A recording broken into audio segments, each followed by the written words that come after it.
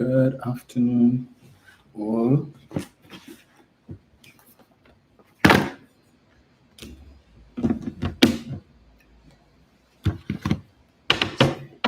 Alison Rogers, Sunday blessings to you as well. Alison is joining us all the way from the UK. Very nice. Lester Allen, my friend, good to see you inside, live, and not having to rely um, on the rebroadcast. JG Wall, good afternoon to you. Lucy Brown. Hi, Diane Charles, the Slimy Show. Greetings. Leonard Baines, Wazid. Greetings to you.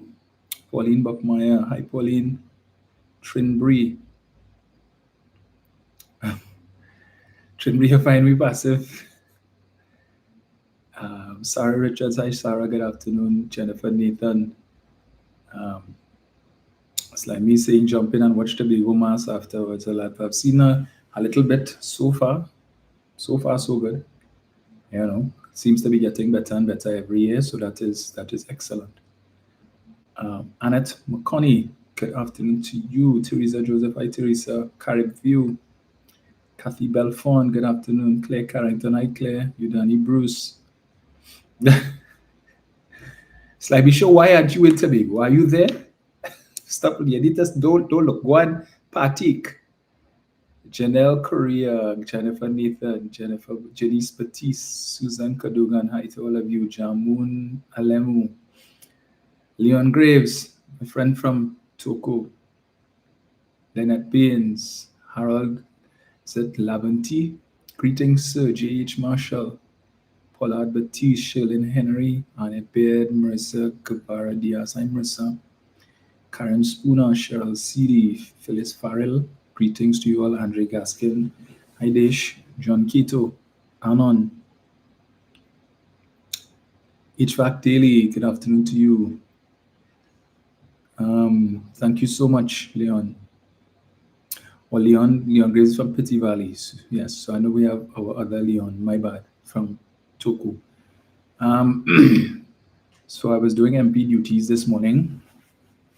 We get invited to a lot of events in the constituency and in our sister constituency. So this morning, the constituency of Arima, St. Jude's Anglican Church, would have had their harvest, celebrating 140 years. And so I was attending to that this morning. So yeah, after a week of penance in the parliament, it was good that I needed that spiritual respite this morning. Fellowship with good people, not the likes of some people that I had to deal with for the last 5 days in the parliament on the other side, on the right-hand side of the speaker. And I think this perhaps might have been the most watched Standing Finance Committee session in a long time, if ever, because most people would just look at the budget debate itself, not the debate. Well, yeah, they will look at the budget speech by the minister, look at the debate, but the Standing Finance Committee, I think, is what is most overlooked. But based on the comments that I've been seeing so far on Facebook, other social media platforms, based on the clips that I've been seeing from the interchange between the opposition and the government, seems a lot of people will tuned in, and a lot of people realized that they were hoodwinked by the government with respect to this budget that they claim is people-friendly, right? And so it wasn't when the opposition would have labeled the budget fake, fraudulent, and they were saying, I know the opposition is being bitter and they can't come to terms with the fact that they lost the election and so on. Well, we demonstrated to you all why we called it a fake budget, why we called it fraudulent, right? Because we would have access to documents that the public does not have, such as this. See these big yellow books? Yeah, this big yellow book. This is just one of several that we got. So there were 5 or 6 of these we had for different allocations, and then we would have gotten this as well. So we had the opportunity to go back and read. And so this is what, when you all were hearing us talking about subhead and line item and so on, this is what it looks like, right? So this is what we were going through, line item by line item. So it identifies all the heads of expenditure how much money is being allocated for all of the different things. And then we go through and we ask questions based on that. So you see line item 002, 01, 03 communications, 002, 01, 62 promotions, publicity, printing, all of these different things we were going through, right? And so, yeah, so of course, this was my, of course, first time, but I normally look at this Standing Finance Committee over the years because I recall telling you all that that is where you would get the granular details about the budget. So the minister would give an overall, a general budget debate is where the members of the government really are supposed to articulate what their ministry is going to do, what they intend to do, how much they've requested, and what they intend to do with that money. You all did not have that facility this year, unfortunately, because the government pulled a stunt.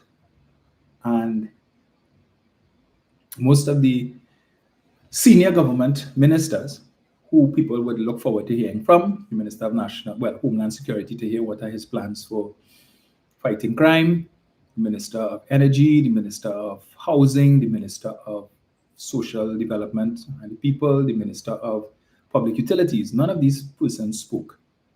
And yet people continue to blame the opposition for the collapse of the budget debate, claiming that we were outmaneuvered and all of this nonsense. The latest to join the chorus of men and women of letters talking that garbage I see is none other than Martin Daly in his article today in the Express, where he says, and I quote, sadly, elements of the PNM, now in opposition, remain so punch-drunk from the catastrophic election defeat into which former Prime Ministers Rowley and Young led the party, that they were pitifully outmaneuvered in the now concluded House of Representatives debate. You were pitifully outmaneuvered, right? I recommend the party go into rehab, that is political rehab, and come out of it clean of their old ideas and the constant reflex to moan about their rejection. I want to tell Martin Daly and like some others like him, we are not moaning about anything. All right, we have gone past that election loss. We've gone past it. We are not totem, we are not mourning or anything like that. And I think as evidenced by our performance in the parliament over the last week, clearly says that. And there was no constant reflex to moan about their rejection. Right. What's going on with this? Right. I don't know what went on there, folks. Pardon me, but it's just that I think there was an issue with the internet playing up. I don't know why. But anyway, as I was saying before Flo decided to play the fool, this nonsense about us being totem. Let me say this, and I've said it before and I will repeat it again. The PNM lost the election not because the population came out and voted overwhelmingly for the UNC, as they did in 2010, where the People's Partnership got over 454,000 votes. There, in 2010, we cannot deny, the PNM cannot deny that a lot of their supporters came out and voted for the People's Partnership. We know that. That did not happen in 2025. We lost the election because our supporters, a significant number of PNM supporters who would normally have gone to the polls enthusiastically and cast their ballots for the PNM, did not do so because they were upset with the party for a variety of reasons. They were upset with individuals in the hierarchy of the party, individuals in government. Some people felt that the last administration did not take care of their supporters, right? As they say, the ground. And we were hearing that talk all the time, that PNM supporters felt neglected. People were upset about the salary increase that the 4 members of parliament, which the government would have accepted, significant sums, though at times misrepresented by the media. And when they juxtapose that against what the government was offering for public servants, 4% versus, and what emphasis was not enough placed on the fact that we were talking, when you're talking about pay raises for the public servants, you're talking about over 80-something thousand public servants versus about 900 persons who fall under the Salaries Review Commission. And these persons, a lot of them, just like the other public servants, did not had not had pay raises in many years. Was the timing right for that increase? Probably not. Okay, but persons who voted for who normally vote for the PNM were upset about that, and just some people just could not get over it. Perhaps the timing of calling the election was not ideal. There are those who say that maybe they should have waited, the government should have waited a few more months so that Stuart Young could have established himself as prime minister and people could see what governance under Stuart Young would look like. Because I could tell you in my discussions with Stuart prior to the election, he had a lot of plans, a lot of plans, which I think would have revolutionized Trinidad and Tobago. Phenomenal ideas, and he had persons who he was liaising with and so on to bring these things to fruition. I think he had a lot of good ideas. Unfortunately, the election came early, and people didn't have a time and long enough time to assess Stuart. We lost the election, but we lost, I keep saying, by 15,080 votes. When you add up the amount of votes that we lost by in the 9 seats that we lost in the election, we went in with 22 and came out with 13. The 9 seats that we lost, when you look at how much votes we lost in those 9, it tallies to 15,080 votes. So when I see people like Martin Daly talking rubbish about catastrophic loss, there was nothing catastrophic about that. Nothing catastrophic about that. The fact of the matter is that we can take solace and we can take at least some measure of consolation in the fact that a lot of our supporters who did not vote for us did not vote for the UNC.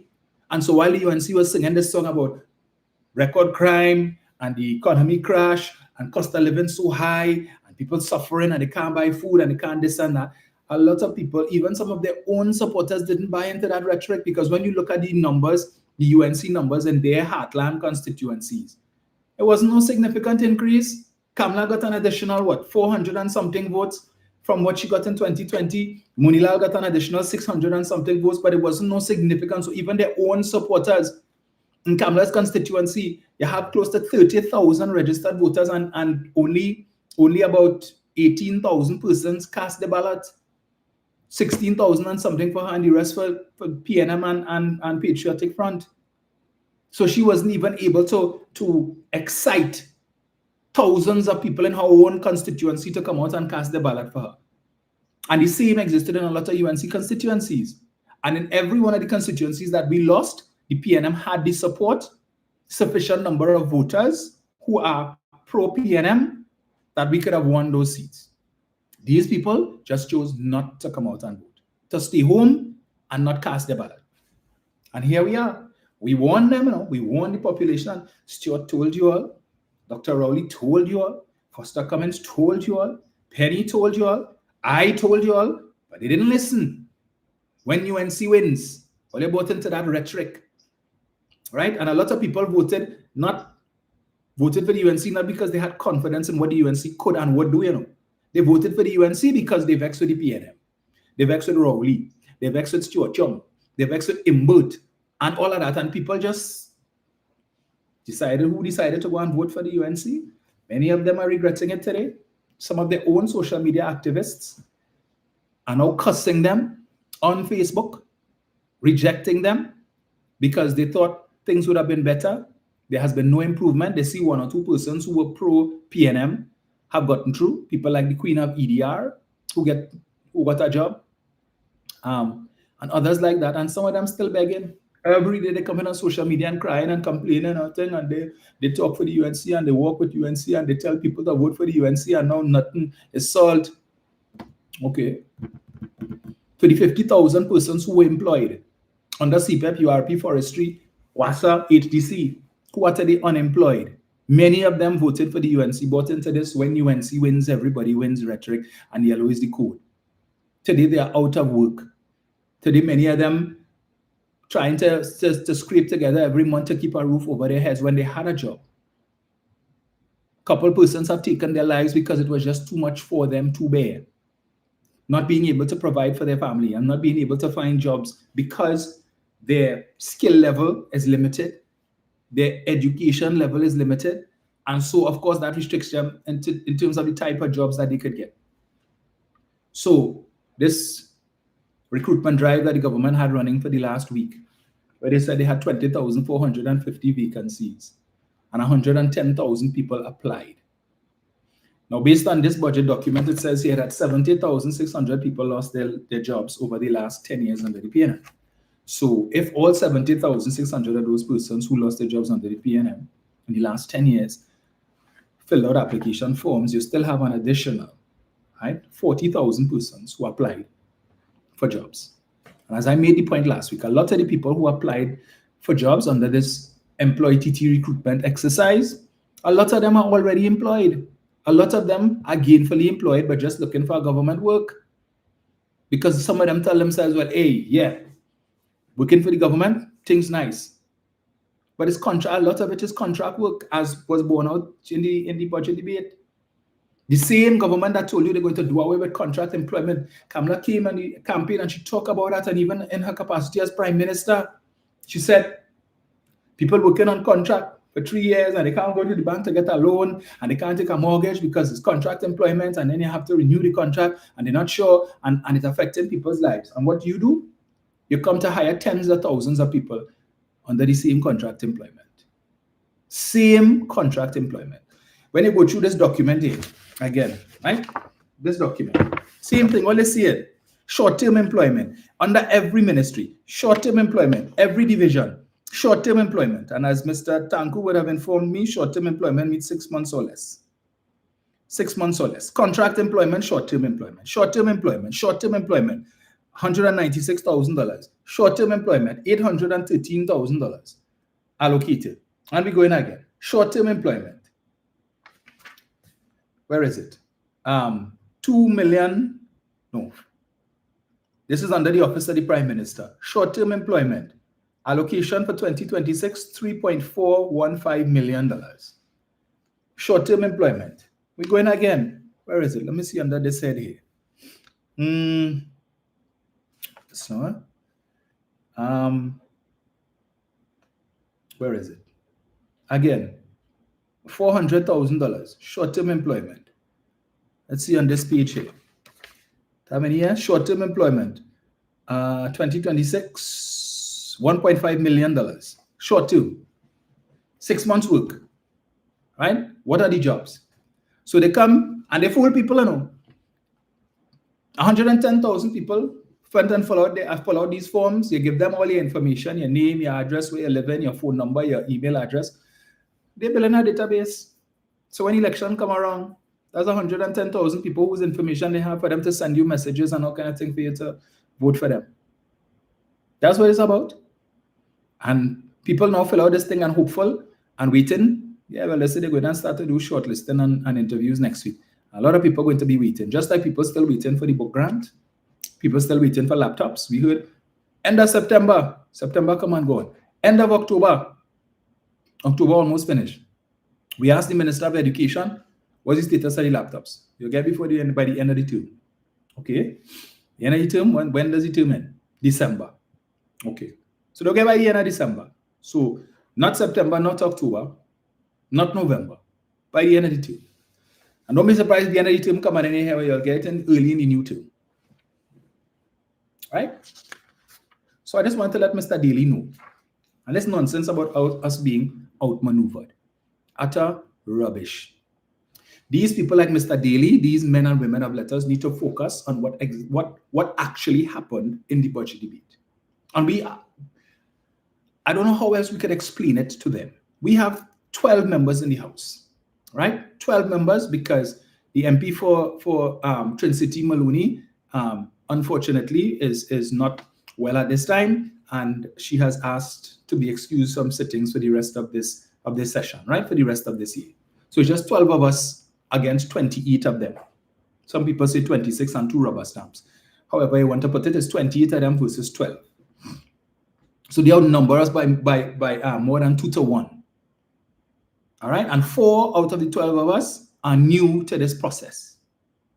So some people may see that as a handicap. It's not, because I think the freshman bench, which comprises myself, Kareem Marcel, Christian Birchwood, and Hans Devines, we held our own, whether it was in the debate aspect of it or if it was in the Standing Finance Committee of it, we held our own.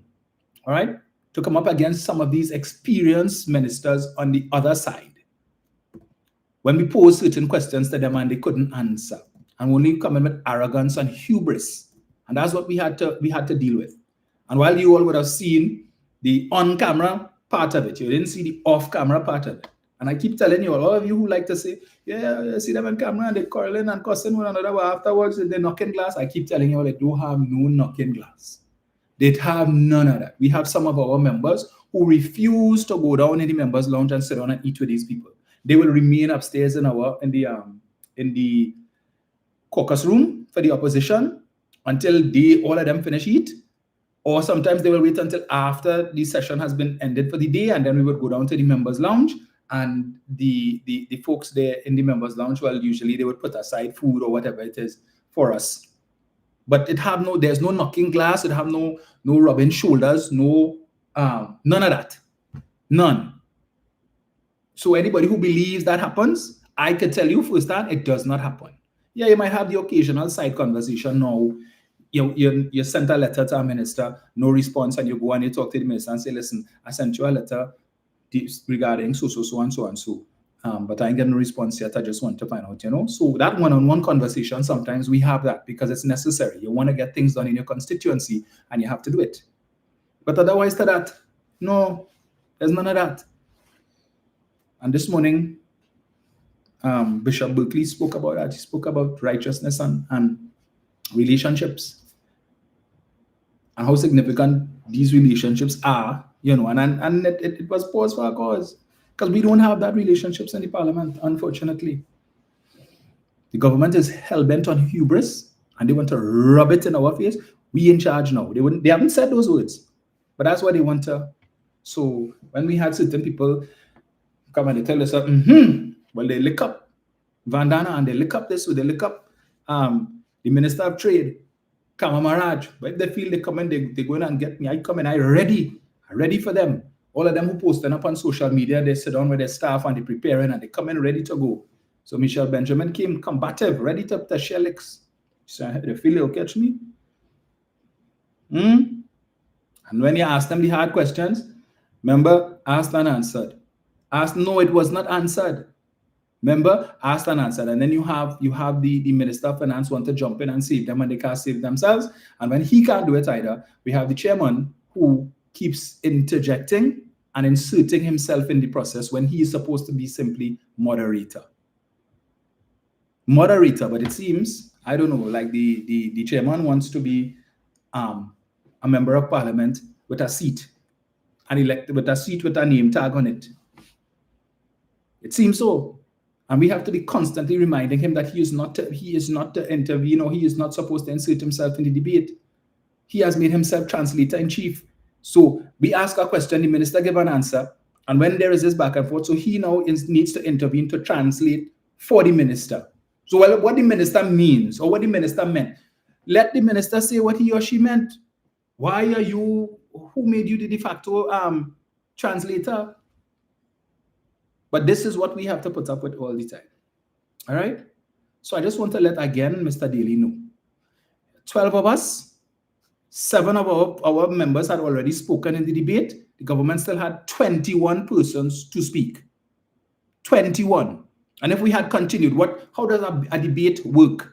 One side speak, then one side respond, and they make their points. And then the other side will come and rebut, and then the other side will do the same thing. That is how a debate works.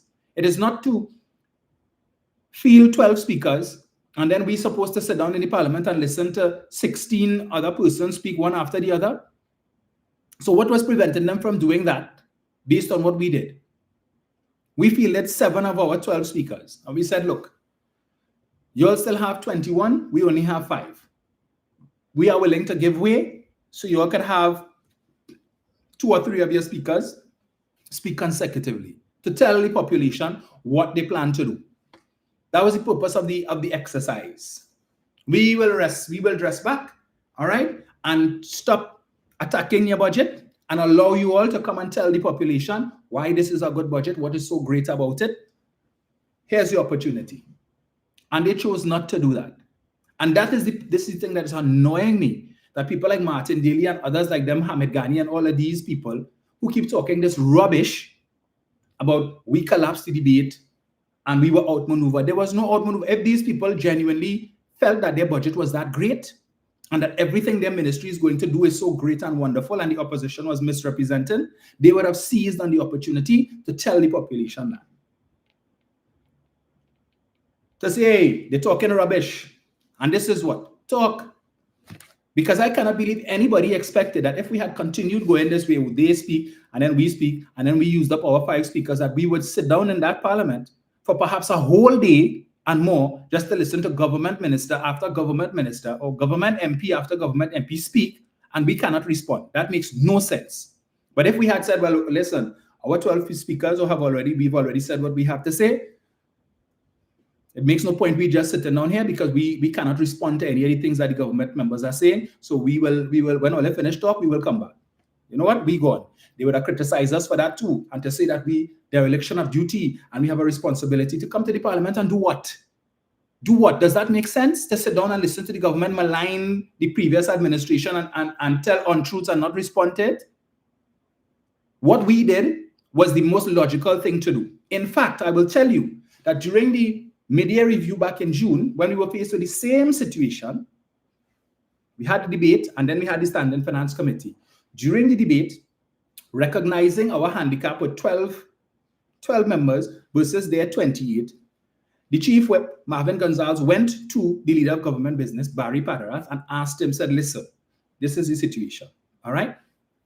We are prepared to allow you all to field consecutive speakers given our numbers. It doesn't make sense for us to use up our 12 and then whatever is the situation after that, with just you all just speaking and we just and it makes no sense. Would you all be willing to consider fielding consecutive speakers in between our speakers? Padarath said no, they're not doing that. So we decided, well, okay, let's call the bluff and let's see. And we did it. We fielded about 3 of our speakers, 4 of our speakers, and then we decided we rest and we're not feeling anymore until let them go ahead. And what did they do? They fielded 3 consecutive speakers. And then we came back in, 2 of our members spoke, and then we relaxed again, and they came and they fielded another 3, another 4 speakers. So it worked. And that benefited the population because they were able to hear from a greater number of the 41 than what obtained the other day, last week.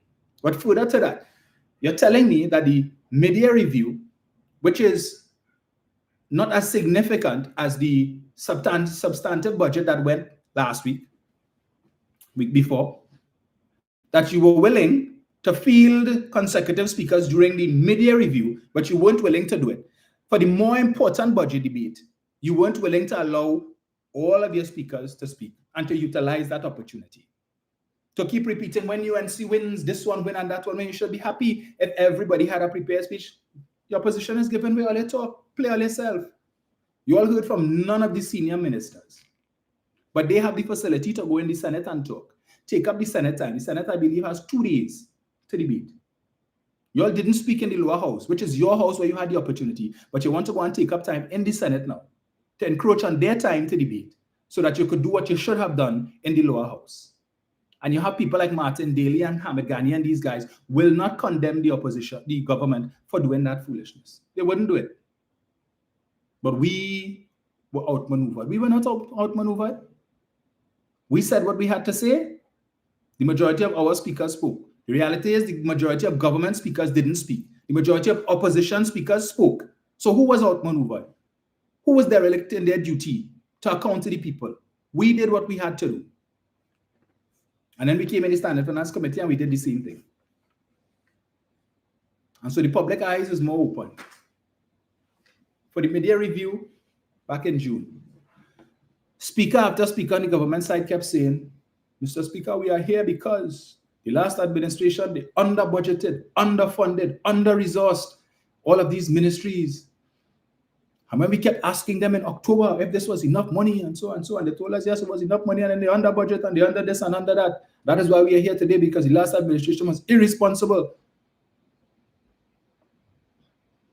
Now, every minister that we spoke to during the Standing Finance Committee, Minister, is this enough money? Do you think this is enough money? Yes, we are satisfied that this is sufficient. But if it is not sufficient and we need more money, we will we will approach the Minister of Finance for further funding during the mid-year review. Now, based on how that mid-year review debate went earlier this, I thought we would have no mid-year review next year. And I told them that. I said, in my debate, if you go back and listen, I said, I expect that we will have no mid-year review next year, because since we are here today because of the underfunding, under-resourcing, and under-budgeting of the last administration, there will be none of that going forward. This administration is going to ensure that every ministry gets exactly how much money they need to be able to do all that they want to do, such that there is no need to come back in May or June of next year to ask for any additional money. But yet still, you kept hearing them saying, we will come back in mid-year review. So I wasn't surprised when I read comments on Facebook with people saying, but like the real budget coming in the mid-year review, because that's all we're hearing, the mid-year review. And the minister did that purposely to try and reduce the budget deficit, which we and others had projected would be more to the tune of about $19 billion. No allocation in the budget for the 10%, which between the back pay and the recurrent expenditure is expected to come up to well over $10 billion, depending on how the final breakdown comes. No allocation in the budget for that. We asked them about that. And they keep telling us, well, remember, you would appreciate that there's no negotiation has taken place yet, and therefore, how can we project a figure when we don't know what the final figure? You told the CPO to start negotiations at 10%. 10% is already a stretch. So we know they're not going to go beyond 10. Felicia, or as some people now call her, Felicia Thomas, has already said she has engaged the CPO with an intention to start negotiations, because she wants to complete negotiations as soon as possible so that the monies could be in the bank accounts of her members by Christmas. That is not going to happen, because now she put an update where the CPO say, well, you have to wait until after the budget passed and all of that, and so on. The budget will be passed this coming week, probably by Tuesday or Wednesday. All right? Because depending on it, really and truly, it's supposed to be 2 days. But if members of the lower house, ministers, go to the Senate to speak, they are going to take up the time of members of the Senate, and therefore it might have to roll over into next day. So we will see. But it will be passed by the end of this week, well within the deadline of October 31st. All right? But there is no allocation in the budget for that 10%, even though on the 25th of September, when Dave Tanko was interviewed at some function that he was at, and he was asked about the 10% and whether or not the government intended to honor that promise, he said, while there's negotiations still have to take place, he's going to make provision in the budget. They're going to put aside something in the budget for that. That did not happen. The only thing he says in here, which is what he read, all right, was that after the negotiations have taken place, he will then go and speak to Republic Bank, NIB, and First Citizens Bank with a view to finding the money to pay the 10%, the back pay, and the recurrent expenditure. So, while that may take care of the first year, what happens in the second year? Who are you going to talk to? Go back to Republic Bank and Scotia and FCB and NIB again for the recurrent expenditure for year 2 and year 3. And just remember, you still have other negotiation periods coming up, because that 10% is supposed to cover 14 to 16 and 17 to 19, I believe. So you still have 20 to 22 to negotiate. And you can't come with 10% for the previous period and then come and start on a lower figure for that negotiation period. All right? So what's going to happen for that one? Felicia going to say, well, we'll be happy for the settlement of the 2, so we'll wait, another 3 years before we engage in negotiations for 2020 to 2022? I don't think so. And then all of the other unions, those who would have settled for the 4%, they will expect that since PSA and whoever who didn't settle before got 10% and we missed out, well, we want 10% for 2020 to 2022. We insist that we must start at that, which means more pressure, and you don't have the money. How are you going to deal with that? But you see, when you make campaign promises and you're irresponsible because you're looking for votes and you just want to get into office, and you tell yourself, We're going to deal with that when we reach in office. Now you're in office and you're faced with the reality that when the PNM was telling you because of the fall in oil and gas revenues, the fall in oil and gas production, and the government's coffers is not where we would like it to be. It is not that we don't want to give 10%. We cannot at this time. So these are the same people who are cussing the PNM. They're only driving up the debt to the GDP ratio. They're only borrowing money and borrowing. But what you going to do? How are you going to get the money from First Citizens Bank, Republic Bank, and NIB to pay all of these billions in back pay and recurrent expenditure? How exactly are you going to do that? You're not going to borrow? So what, you're just going to say, well, here what, FCB, you are a government-owned bank. We need X billions. Find it and give it to us. Republic Bank, your majority state-owned. We need X amount of billions. Just find it for us and give it. It doesn't work that way. Even though you are putting people on these boards who you could control, corporate governance still has to hold sway because the government is not the only shareholder in First Citizens. And the government's shareholding in First Citizens Bank is about to be reduced even further. All right?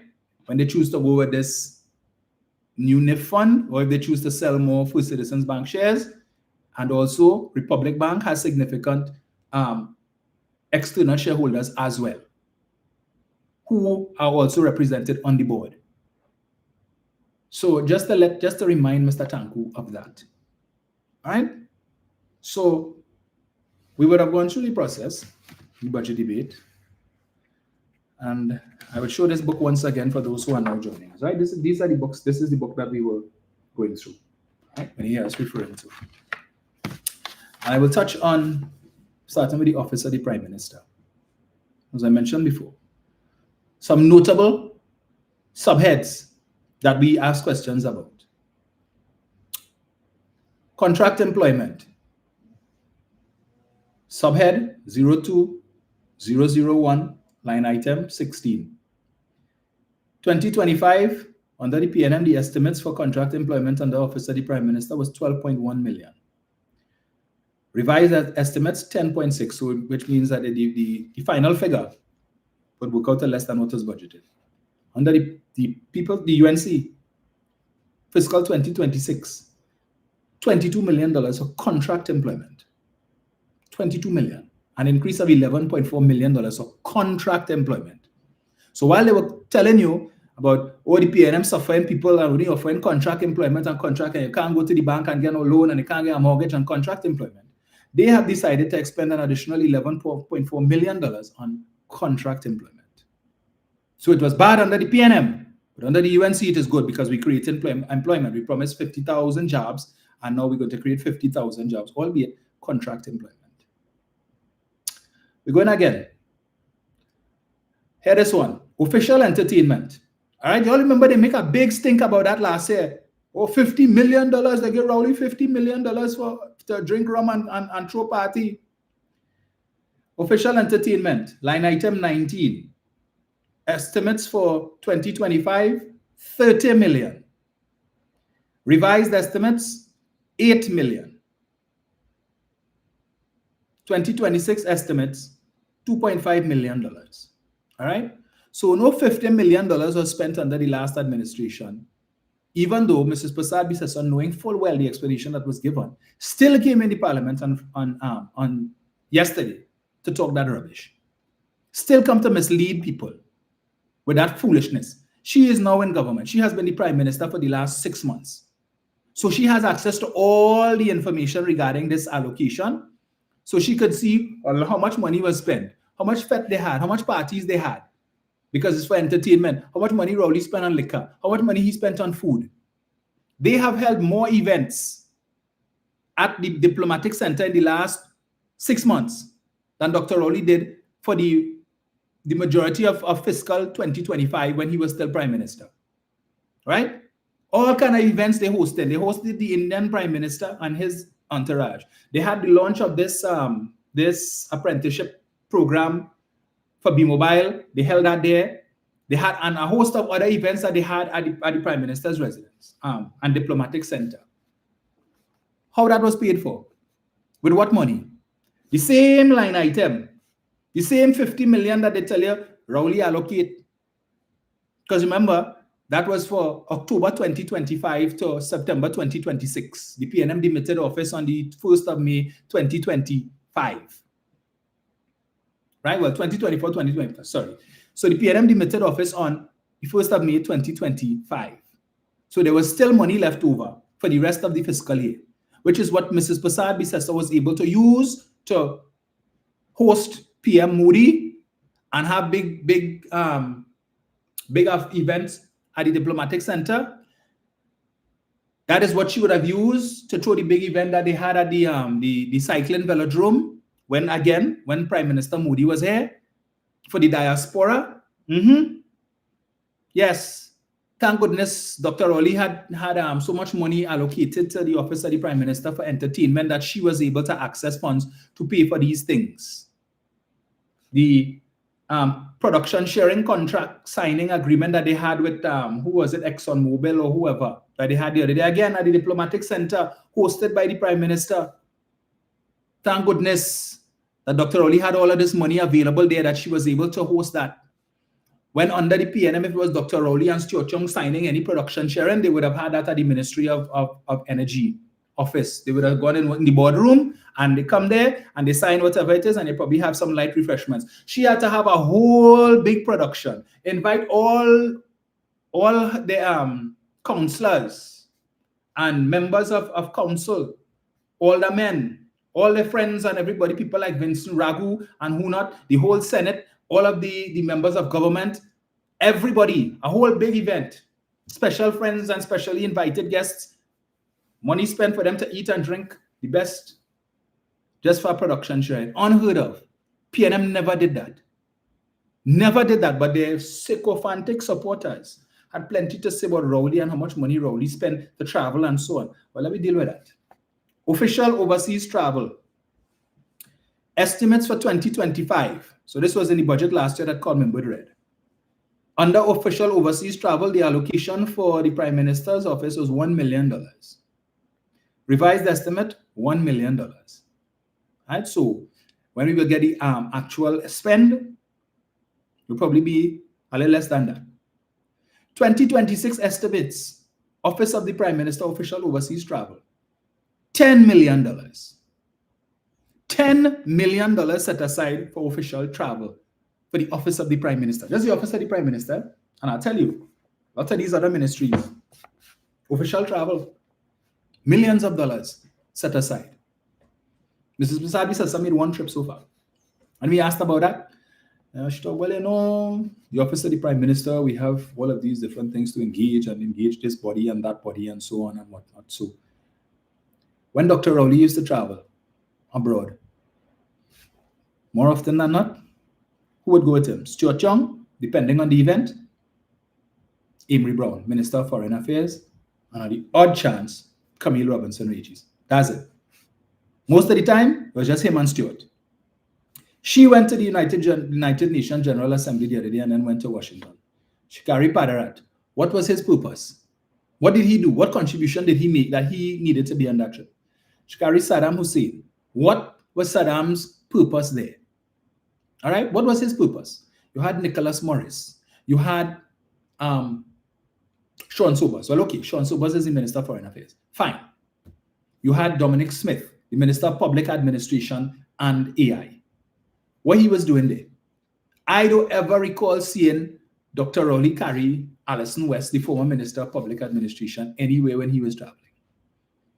But they want to tell you, well, you know, the government is on a drive for AI development and so on and digitization and so, and there were certain side meetings that spoke about this, and so therefore Minister Smith needed to go and all that. I remember when these people travel, they travel business class. They're not sitting in economy. Business class to go, business class to come back. All right? And they stayed in hotels, the very best of hotels.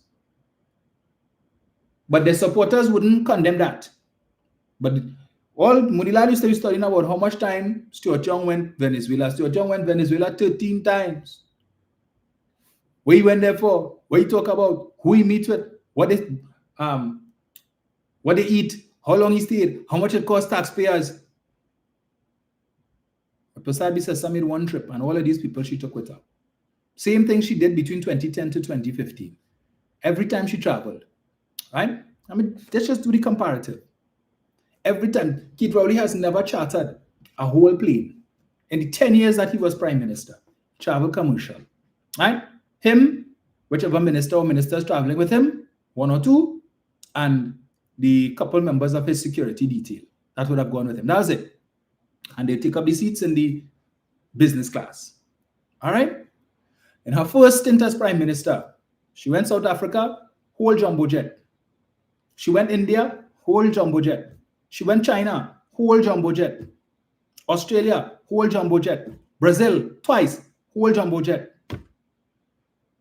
Caribbean Airlines had to take a whole jumbo jet that holding 200 and something people out of service so that she could carry 40 and 50 something people with her.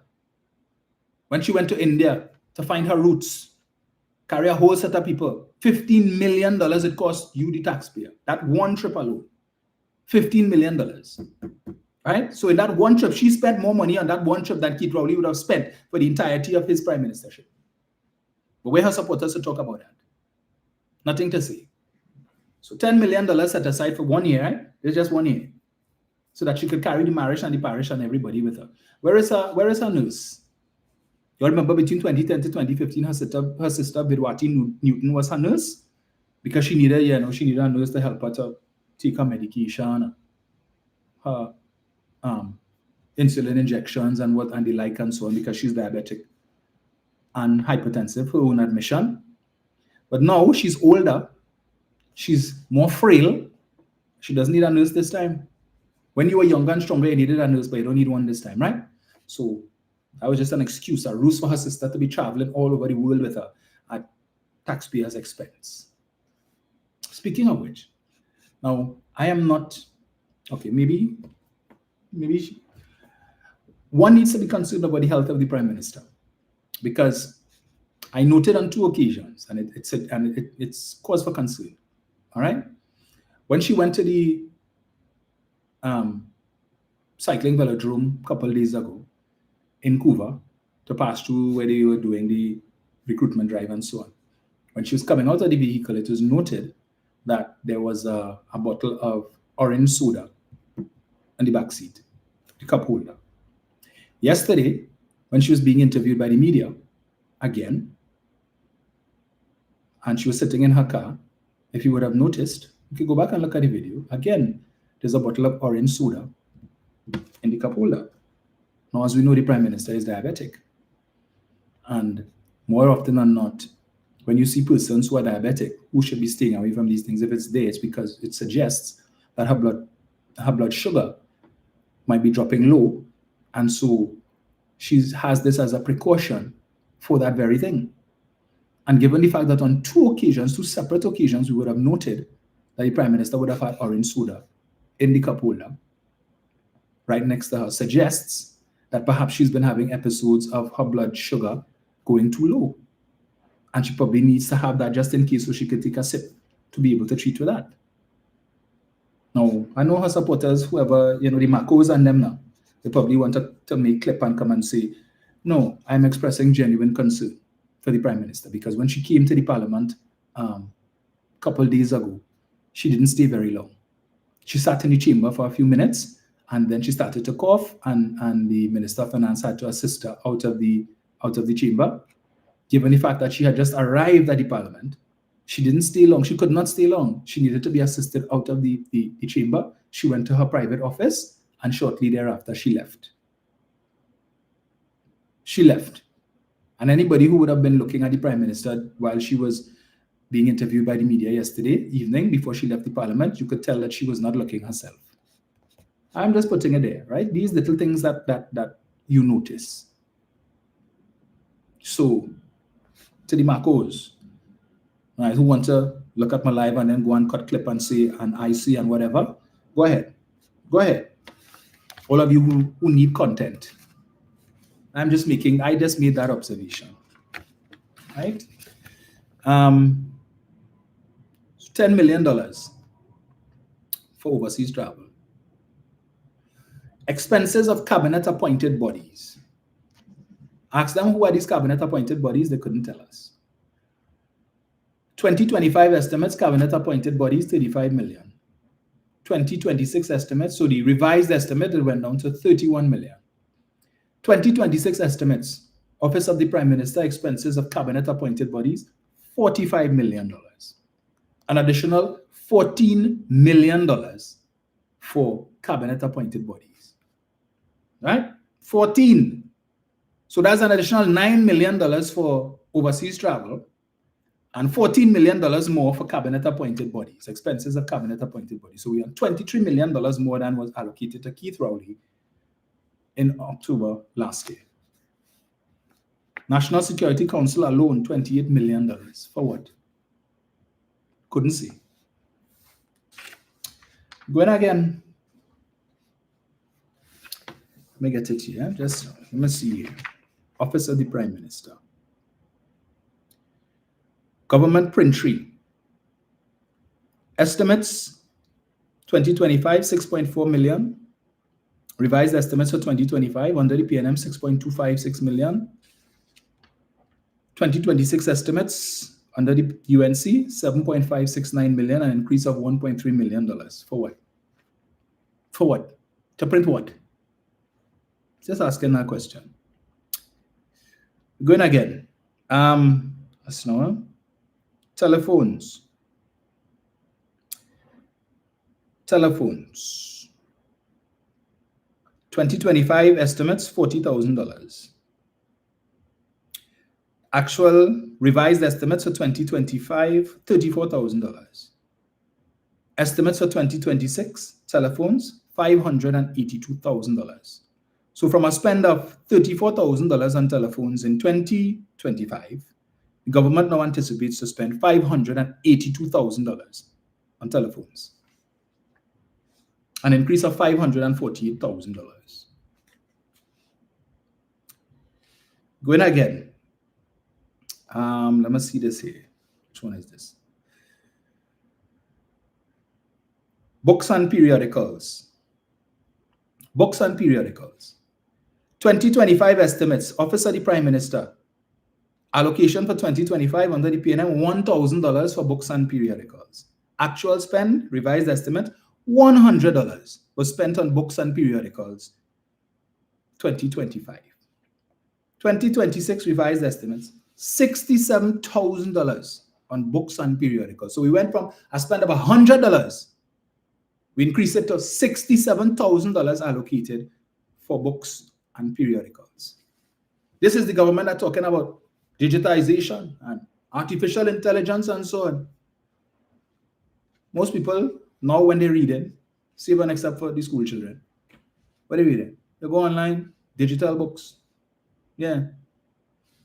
You download PDF, $67,000. And you see, some people may want to dismiss. You see these little things is where they could thief. They say, from $100 to $67,000. Very easy to thief under that. We're going again. Materials and supplies. Allocation 2025, $15,000. Revised estimates, actual spend, $10,000. 2026 estimates, $300,000. An increase of $290,000. Now remember, this is all just under the Office of the Prime Minister. And what I'm telling you here is replicated across every single ministry. Every ministry. Right? Materials and supplies. We're going again. Contract employment. Subhead 005, line item 16. 2025 estimates, $600,000. Actual spend, revised estimates, $350,000. Allocation for 2026, $1.8 million, an increase of $1,450,000. To hire who? To do what? Did the responsibilities of the Office of the Prime Minister suddenly grow and increase? Save and except for those few things that they move and put under the Office of the Prime Minister. But this subhead of contract employment finds itself or appears several different times under different divisions under the Office of the Prime Minister. So from a spend of $600,000 allocated, $350,000 estimated spend in 2025, they have tripled the allocation to $1.8 million from what Imberts would have allocated to Dr. Rowley in 2025. But coming back to this issue of the 50 million, right? Before I ask. So this is this book was produced by the current administration, right? Not the PNM, current administration. The $50 million has now been reclassified under repairs and maintenance of buildings. 2025 estimate, $50 million. You all recall when this was mentioned last year in the budget, and the UNC sought to make a decision. In fact, it was Kamala Prasad-Bissessar herself who raised it during her contribution to the debate. Right? Dr. Rowley, Carl Mimbert, and Stuart Young all told us that that money really and truly was supposed to be to repay UDCOT, because UDCOT fell under the office of the Prime Minister. UDCOT has responsibility for all of these, if you want to call them legacy buildings. The Magnificent, well, 6 of the Magnificent 7 buildings, because the government would have assisted with the renovations of Queen's Royal College.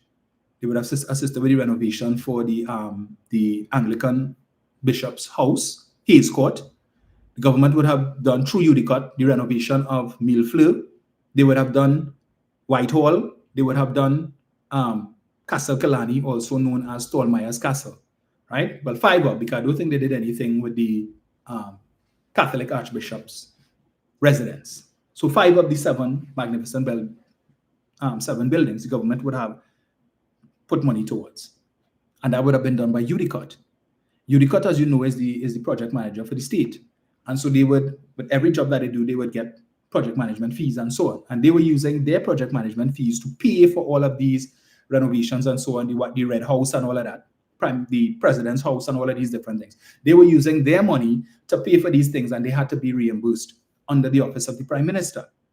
The renovations that were being done in the basement of Whitehall, which the UNC used as a ruse, as an excuse for the Prime Minister to not operate out of Whitehall and to move the staff out of Whitehall and send them to the building on Sweetbriar Road there, right? Which was the former office of the Prime Minister before they moved back to Whitehall. Nothing is happening on Whitehall right now, right? But when they came in, the renovations were taking place. So all of these things are now under review. I come into that just now, under review. That was the other popular buzz phrase during the budget debate, under review.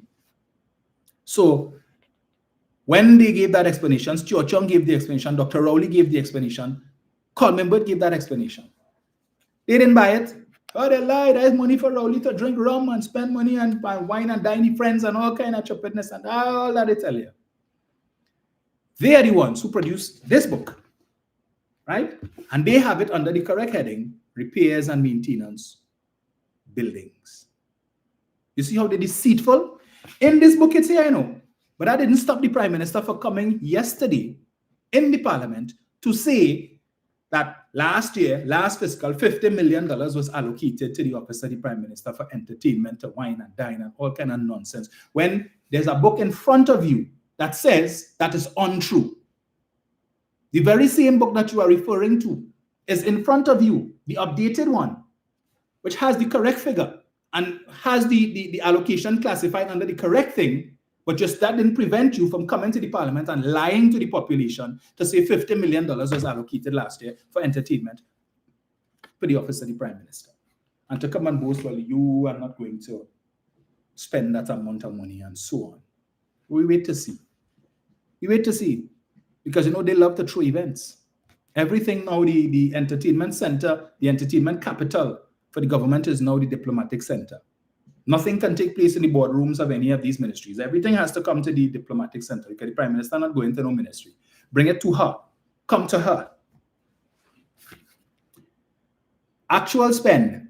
Revised estimates. Official entertainment, it says here, 8 million. Bearing in mind, that includes expenditure between the 1st of May and the end of September. All right? So this 8 million that they have here as the revised estimates, and the figure could go down, possibly go down lower, or it could be higher. The majority of events that would have taken place at the diplomatic center would have taken place under them. So this figure that you see here is inclusive of what they spent for Prime Minister Wine and Dine, Prime Minister Modi, and all the other events that they would have had over the course of the last 5, almost 6 months. Going again. Let's see this one here. Security services. Estimates 2025, 800,000. Revised estimates, 800,000. Estimates for 2026, 1,039,500, an increase of 239,500. We're going again.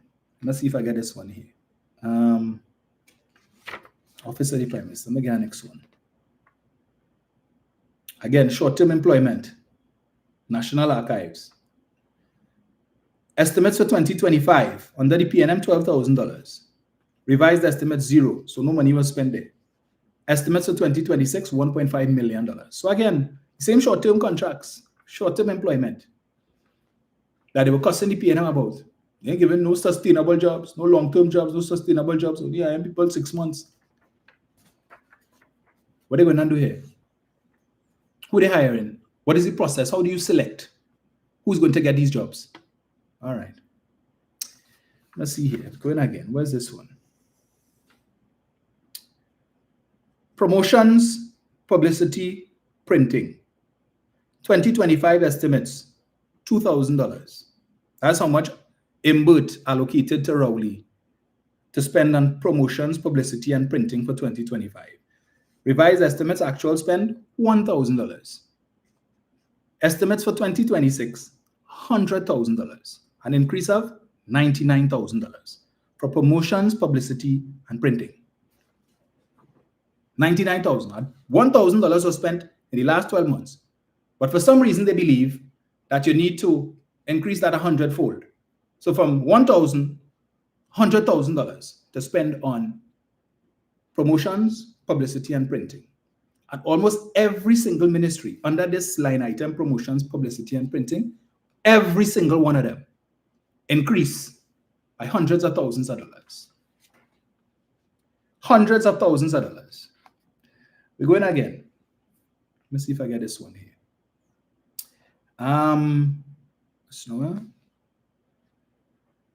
Communications brought forward. Increase $307,900. Training under government printry. Estimates for 2025, 10,000. Revised estimates, 0. No money was spent on that. Estimates for 2026, $240,000.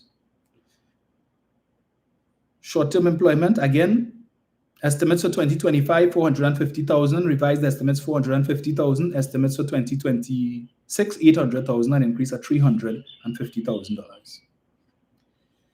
Janitorial services, 497,000, 2025 estimates. Revised estimates, 497,200.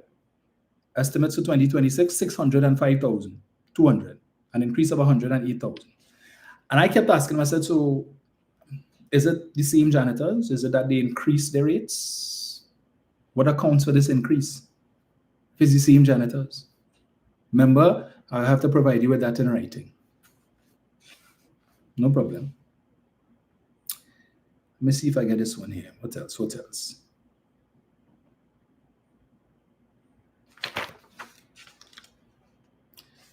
So I mentioned the buzzword just now, the phrase under review.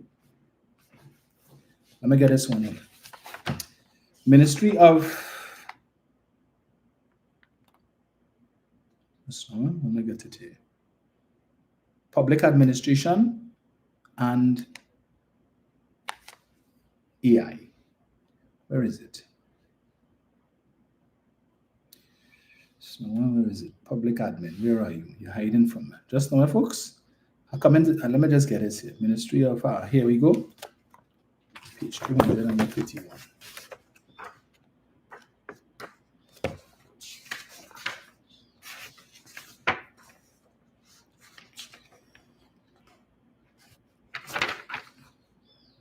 Public admin. Where is it? So this book, boy, just now. Give me 1 sec. All right, we go in here. Public admin, traveling and subsistence. Allocation, 2025, 500,000. 2026 estimates, 850,000, an increase of $350,000. Telephones, Ministry of Public Admin. Estimates for 2025, $700,000. Revised estimates for actual spend, $700,000. 2020 estimates, 26 estimates, $1.2 million. So they've increased the allocation for telephones by $500,000. $500,000. Going again. Repairs and maintenance equipment. Allocation 2025, $5.7 million. Revised estimates, $5.7 million. Estimates for 2026, $7 million, an increase of $1.3 million. Contract employment. Estimates for 2025, $9 million. Revised estimates, $9 million. Estimates for 2026, $25 million. An increase of $16 million. Same contract employment that they was talking about. All right? Official entertainment. Ministry of Public Administration. 2025, $750,000 was the allocation. Actual spend, revised estimates, $400,000. Allocation for 2026, $1.4 million, an increase of $1 million for official entertainment.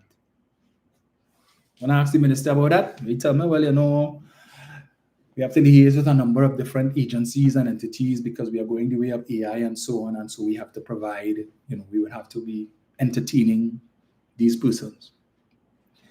$1.4 million set aside to entertain for 1 year.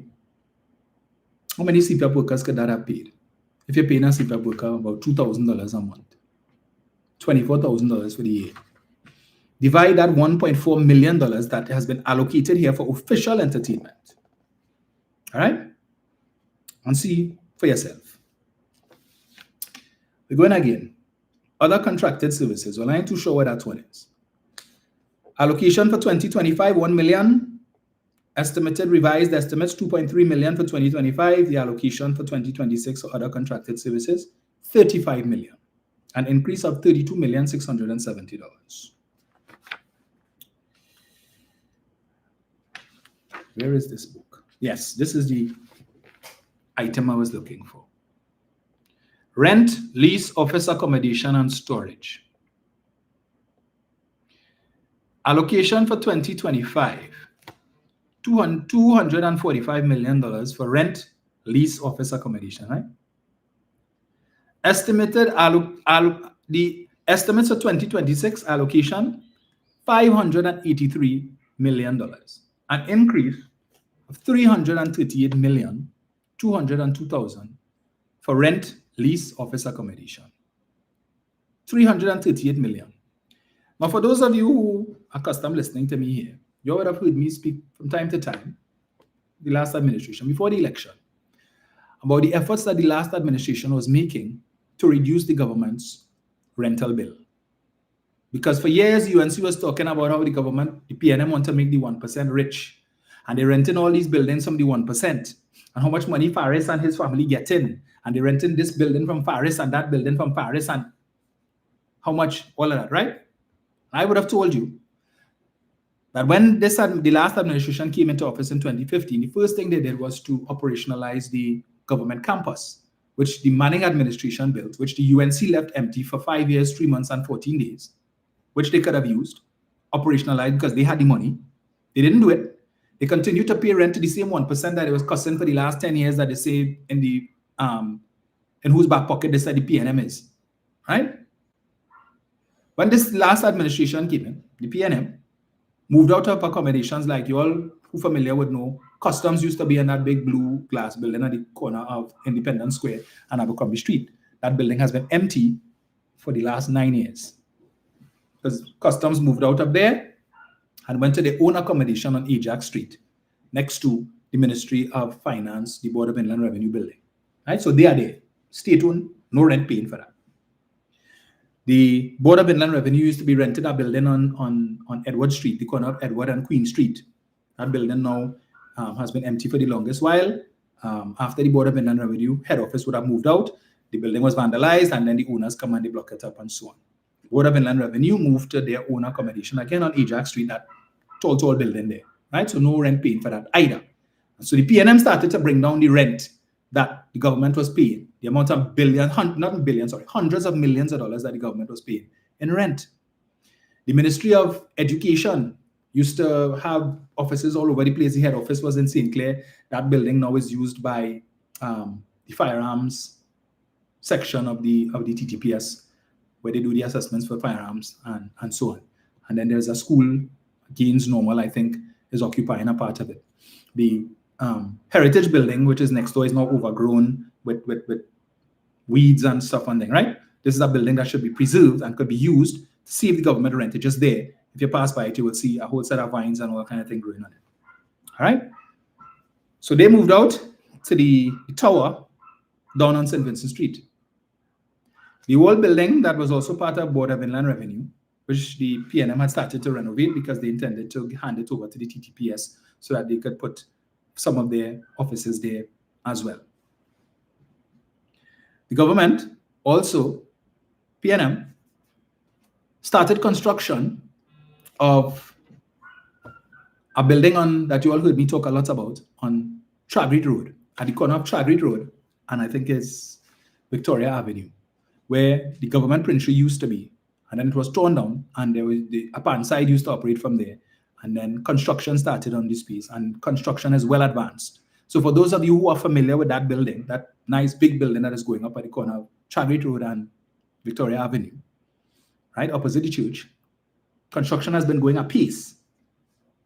We noted in this book, there is no allocation for that building for fiscal 2026. When we inquired of the minister, why is there no allocation? We were told that project is under review. Under review by the cabinet.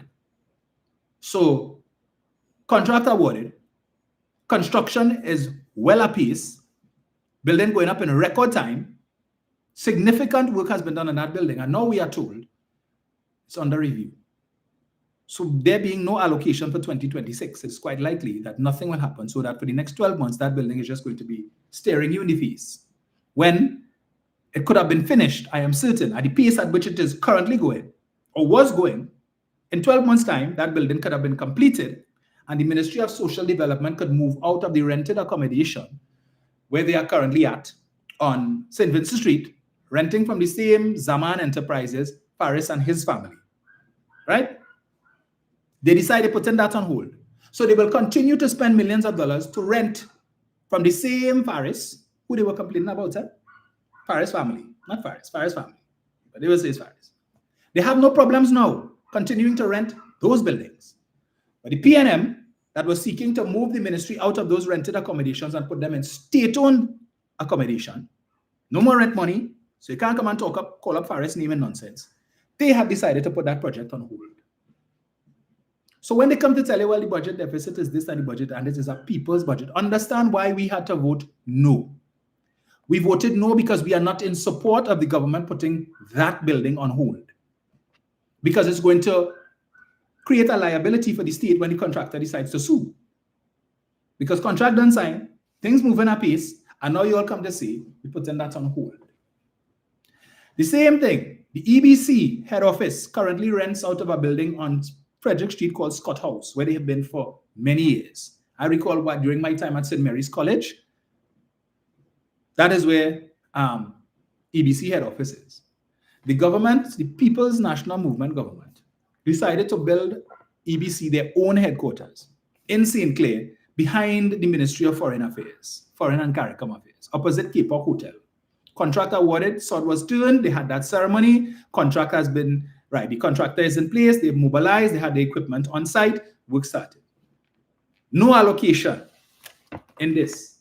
20 million was allocated last year, no allocation this year for this fiscal for that project. So they're going to continue to rent from the EBC, from Scott House, whoever is the landlord there is happy because this long-standing tenant that was about to move out probably in the next 12 to 18 months is not going to do so because that project too is under review. They can't tell us when the review will be completed because the amount of projects that they have under review. South Key, where RBC used to be many years ago, right? Opposite, they used to have some HDC units there. and then they tore it down, and back in the People's Partnership days, they were going to put a catchment area there for the water when rainfall. The PNM started the construction of housing or a facility for the socially displaced. And all the vagrants and them that they complaining sleeping on the pavement in front of Republic Bank and First Citizens Bank and Royal Bank and all the other banks on Independence Square, all those vagrants and the unsightly state that you see there any night. Well, the People's National Movement has started the construction. And again, construction was well underway for those of you who are familiar with that area. No allocation for the completion of that project either in this book. We inquired on that. That too is under review. But they complain about the vagrants, for years. PNM say enough is enough. Let's build a facility for these people to house them. Construction, if you're past there, well underway. They said, under review. No allocation. Can't tell you when the review will be completed. Similarly, the People's National Movement decided we would reduce the rent. They identified a space for the construction of a head office for the National Lottery Control Board, which currently rents accommodation on Duke Street, right? Same corner, just before the courthouse, the magistrate court. No allocation. All these projects are under review. Construction well underway. From $245 million to $583 million rent money. And they've allocated further millions in other heads to rent buildings, to house ministries, because there are new ministries that need to be housed. So I don't know how many of you would have seen the video with Mr. Roger Alexander. Mr. Mostly could be 50% of most. All right, Mr. 3 plus 3 is 6, but if you turn it upside down, it's 9. There's a video that he did showing him in his brand new office at the waterfront. All right, so and he goes and he picks up one of these law books and he opens it and he reads a few lines, and then he sits down on his couch and he relaxes because he wants you to see this new spread. Because remember, for years, the Ministry of National Security, now Homeland Security, used to occupy that building called Temple Court opposite the Hall of Justice. Right? But since Mrs. Prasad Bisesta decided to create a ministry called the Ministry of Defense, and Defense and Homeland Security were occupying the space, apparently, not in them, the Ministry of National Security or Homeland Security has now outgrown that building. So they've moved to the waterfront. And Mr. Alexander has this beautiful office. Not even Dr. Rowley, the office that he had in Whitehall, was as nice as the office that Mr. Homeland Security Minister is enjoying, right? Because we saw many pictures with Dr. Rowley. We saw when Stuart Young was Prime Minister, pictures were taken with him sitting behind his desk in the office of the Prime Minister at Whitehall. And that office, anyone nothing on Alexander's office. But meanwhile, every week people coming by me who used to work CPEP and URP, looking for work, right? They were hoping that the budget would have brought some respite for them. There has been none. But we could spend hundreds of thousands of dollars to outfit an office for one man. The amount of money that they spent to outfit that office could have provided income for so many CPEP and URP workers for how many months? But Mr. Alexander has no problem flaunting this office, all and sundry to see. Watch it. Whole dining table by so, couch set by so, you're seating, niceness. And he could go and just stand up, draw the blinds, and look at the, what is this, the SS Gravely? That's the US ship that is in port. Yes, and take a look at that and rock back and watch it. Collateral damage. Collateral damage.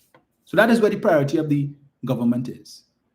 Stuart Young would have, in interrogating, Rudal Munilal would have asked him about the expenditure. And you see, they feel less smart. But you have to understand there are people in the Ministry of Energy who are loyal to Stuart Young. There are people who employed in the ministry who don't like Rudal Munilal and Ernesto Queza. When Mrs. Prasad Bisesta decided to create a junior minister for that ministry, of course, Mr. Keza needed to have an office too. But offices in Port of Spain is not sufficient, so they needed to have offices in South, because both of them live in South. So when they feel to come to Port of Spain, they go in the office in South. And Munila's excuse is, well, as you know, the ministry, as ministers, we meet with the heads of some of these energy companies that are based in South and so on. And as Stuart Chung had to tell him, the head offices of the majority of these entities are based in Port of Spain. So what are you talking about? But the fact is that monies had to be spent to create an additional office for Mr. Keza, to give Mr. Keza a secretariat, because he has to get secretarial support, right? And the office junior minister also has a staff as well, which you did not need or did not have before. So that's an additional expense for the state at a time when we don't have money. But they want us to vote yes for that. They wanted us to vote yes for the budget so that you could halt the completion of all of these major projects that would have saved the government hundreds of millions of dollars in rent. Who are really making the rich richer? Who is really in the back pocket of the so-called 1%? Because all these buildings that the government was going to move out of, once these projects were completed, belong to the very same 1% that the UNC was talking about and criticizing for the last 10 years. But they have done nothing to fix that situation. And you have now put a spoke in the wheel of projects that the PNM would have started and that were almost completed, that would have treated with that situation. The Minister of Justice, we inquired of him.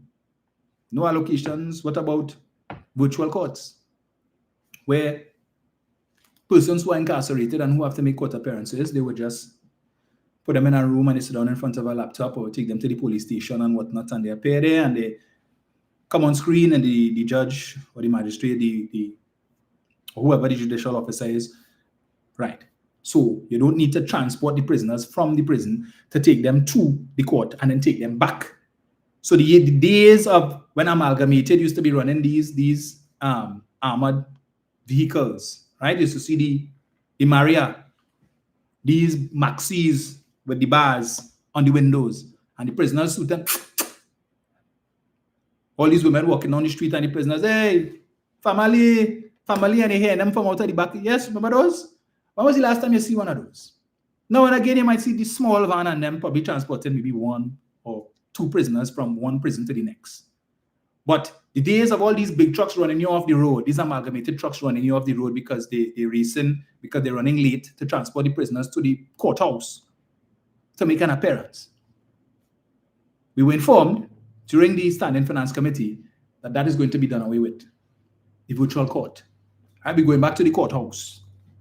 Something that the previous Chief Justice recently resigned was against. Something that several of his judges were fighting him for, because they find, come back to the courthouse, come back to the courtroom, let's come in on screen and so on. There were many judges who were in agreement with it because, you know, they were able to attend court from, I suppose, their office, from home. They just had to come on screen in their robes and so on and do what it is they need to do. But you would recall there were a few judges whose name I wouldn't mention, who were fighting the former Chief Justice on that. Now, we ain't doing that. We're going back to the courtroom. You know what I mean? Contract, prisoner transport. The same thing that the PNM did away with, that the UNC was complaining about for years. 80 million, what they giving Aboud $80 million, Sabga Aboud $80 million every year to transport prisoners. PNM this and PNM that, and that's for their friends. That was started under Pandey in 1996. It took the Keith Rowley administration to bring it to an end with the introduction of virtual courts. No need to take the prisoners from the prison. Bring them in a room, they sit down in front of a computer or a big screen, and they do their thing. And then you take them back to their cell. Costing the state nothing other than to buy the equipment to set this up. They decide we're going back to the courtroom in person. So you have to transport prisoners from the prison to and back. That has to be paid for. All right?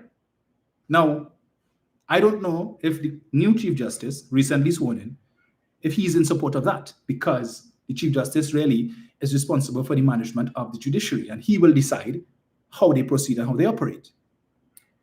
But last week, When that sudden turn of events, we just see the former Chief Justice put out a notice stating that he's going to resign the following day.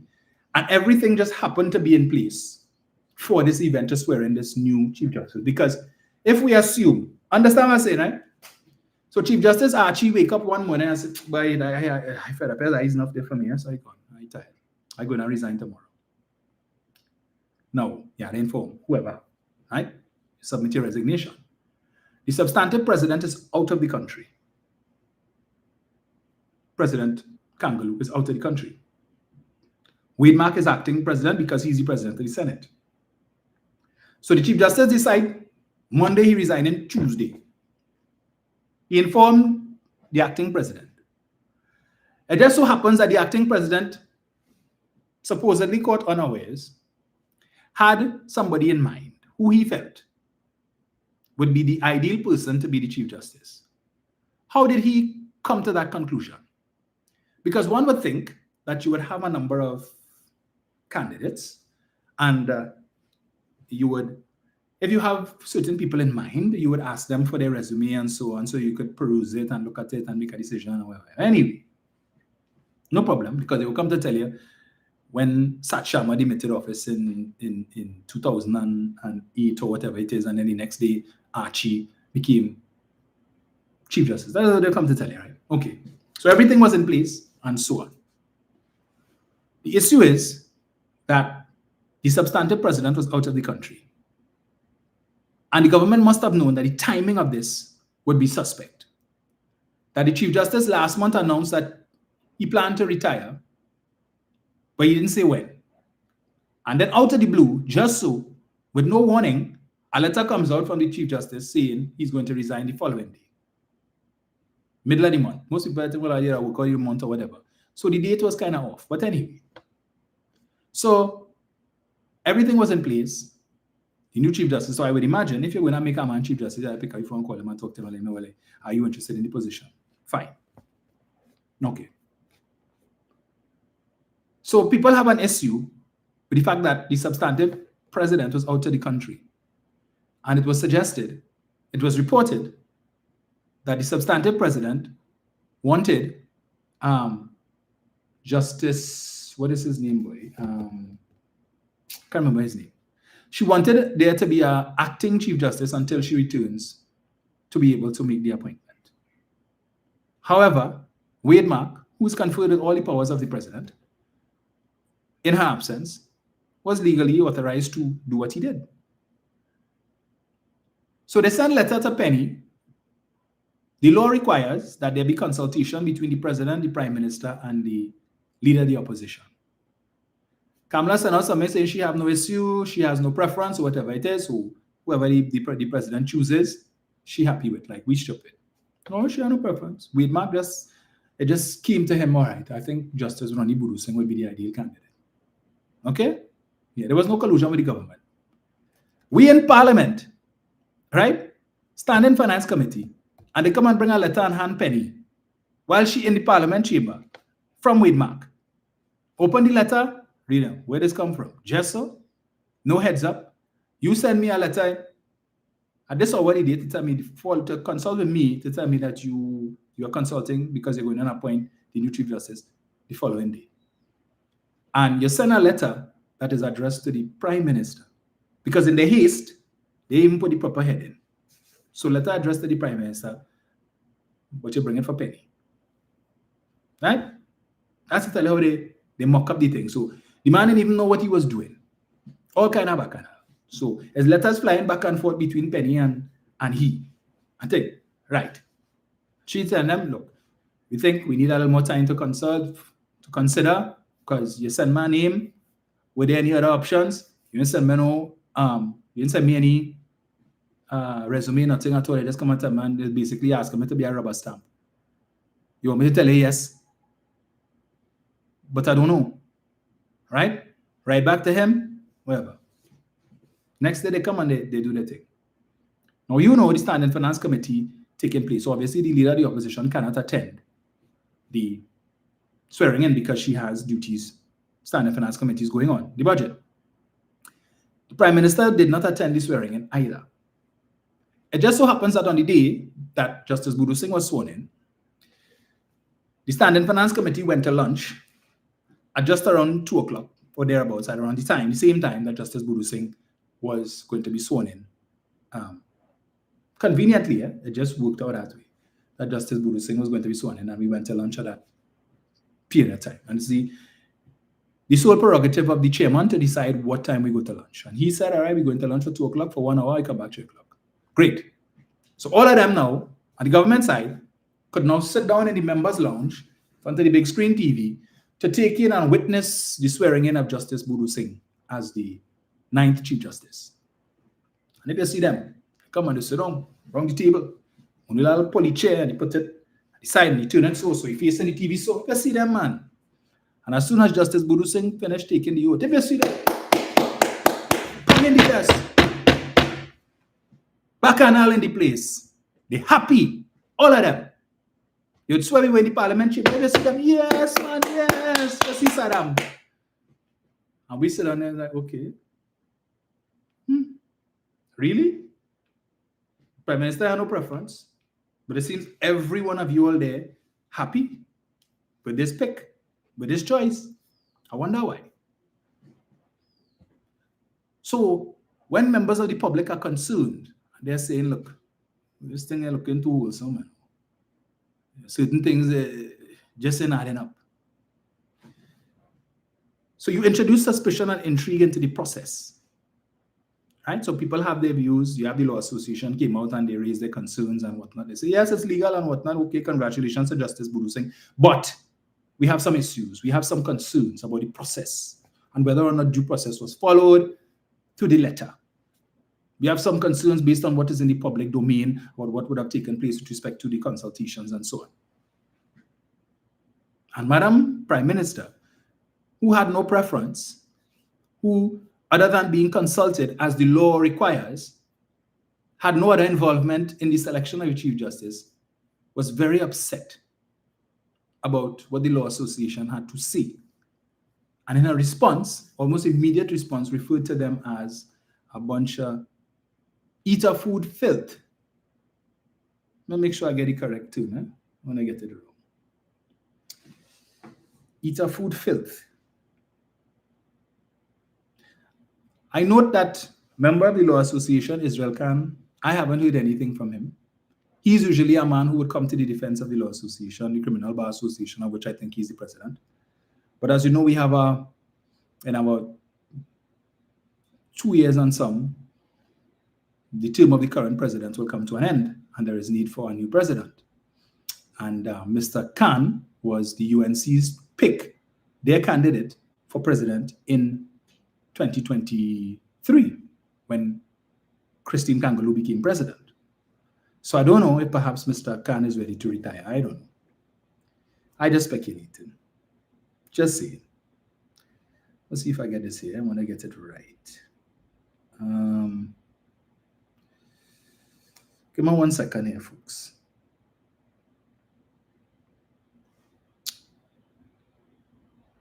All right, let me just get this here.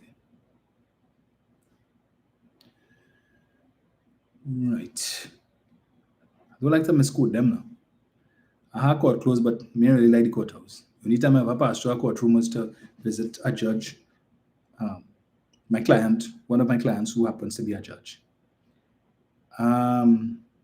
Where is it? Where is it? Right. That's not it just now. Just now. Where is it? I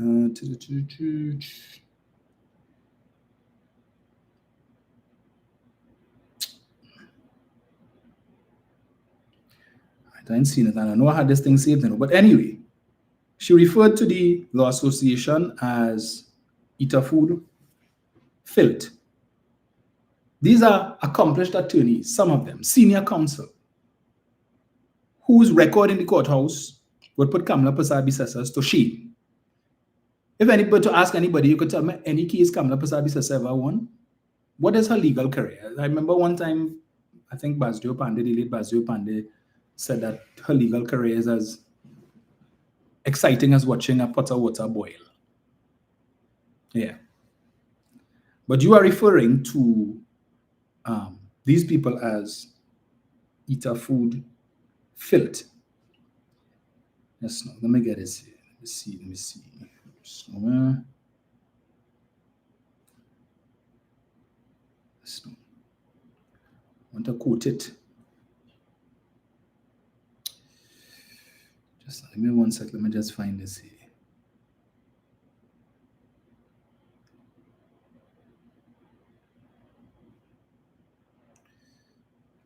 Right. So as I was telling you, if you see how they went up in our pro in the members' lounge, it's like, what, boy? And they didn't care that we there. Kamala slams Law Association over criticism of rushed CG appointment. No regard for what the eater food filth says. Prime Minister Kamala Persad-Bissessar has brushed aside criticisms from the Law Association that the appointment of Justice Ronnie Budusing as the nation's 9th Chief Justice was a hastened and truncated process, declaring she has no regard for anything the eater food filth in the hierarchy of the Law Association says.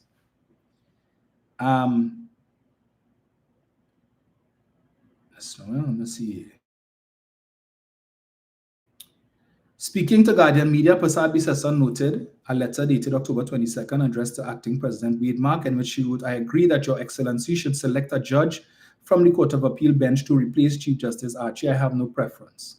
When contacted regarding Lat's criticisms, the Prime Minister wrote, "I have no regard for anything the eater food filth of the hierarchy of the Law Association says. As you can see from my letter, I made no recommendation as to whom to choose out of a pool of appeal judges that was suggested by the Honorable Acting President." She said it appeared that some people have a selective memory, noting Sat Sharma retired on January 23, 2008, and Ivor Archie was sworn in on January 24, 2008. Despite the disquiet, the association expressed full confidence in Justice Budusing. There was something else she said here. What else did she say, boy? I will find it. But that is the Prime Minister of the Republic of Trinidad and Tobago. If Dr. Rowley had said something like that, well, woe be unto him. They would have raked him over the coals. Raked him over the coals. Eh? But she can refer to senior lawyers as eater food filth, among other things. I'd have nothing wrong with that. Going again. But while she says, well, I sent a letter, I responded to the president. So, president sent you a letter, and in no time at all, and you send back a letter to him. There was no phone conversation or whatever. He just, of his own free will, of his own mind, decided that Justice Budusing was the best choice. Okay. It didn't occur to him, well, maybe I should wait until the real president come back to make that appointment. Right? Because ideally, I'm just the acting, but maybe she had somebody in mind. Did he call President Kangaloo to tell her, well, look, this is the situation and this is why I have in mind. Is there somebody that you would have had? Do you have an alternative person based on your due diligence that I should appoint? Was President Kangaloo any part of the process? Because we heard that she wanted, I think it's Justice Musai, to act until she came back and then for her to make the appointment. So did Acting President Wade Mark speak to Substantive President Christine Kangaloo to find out from her if she had a preference, if she had somebody in mind, or did he totally disregard that because he was advised?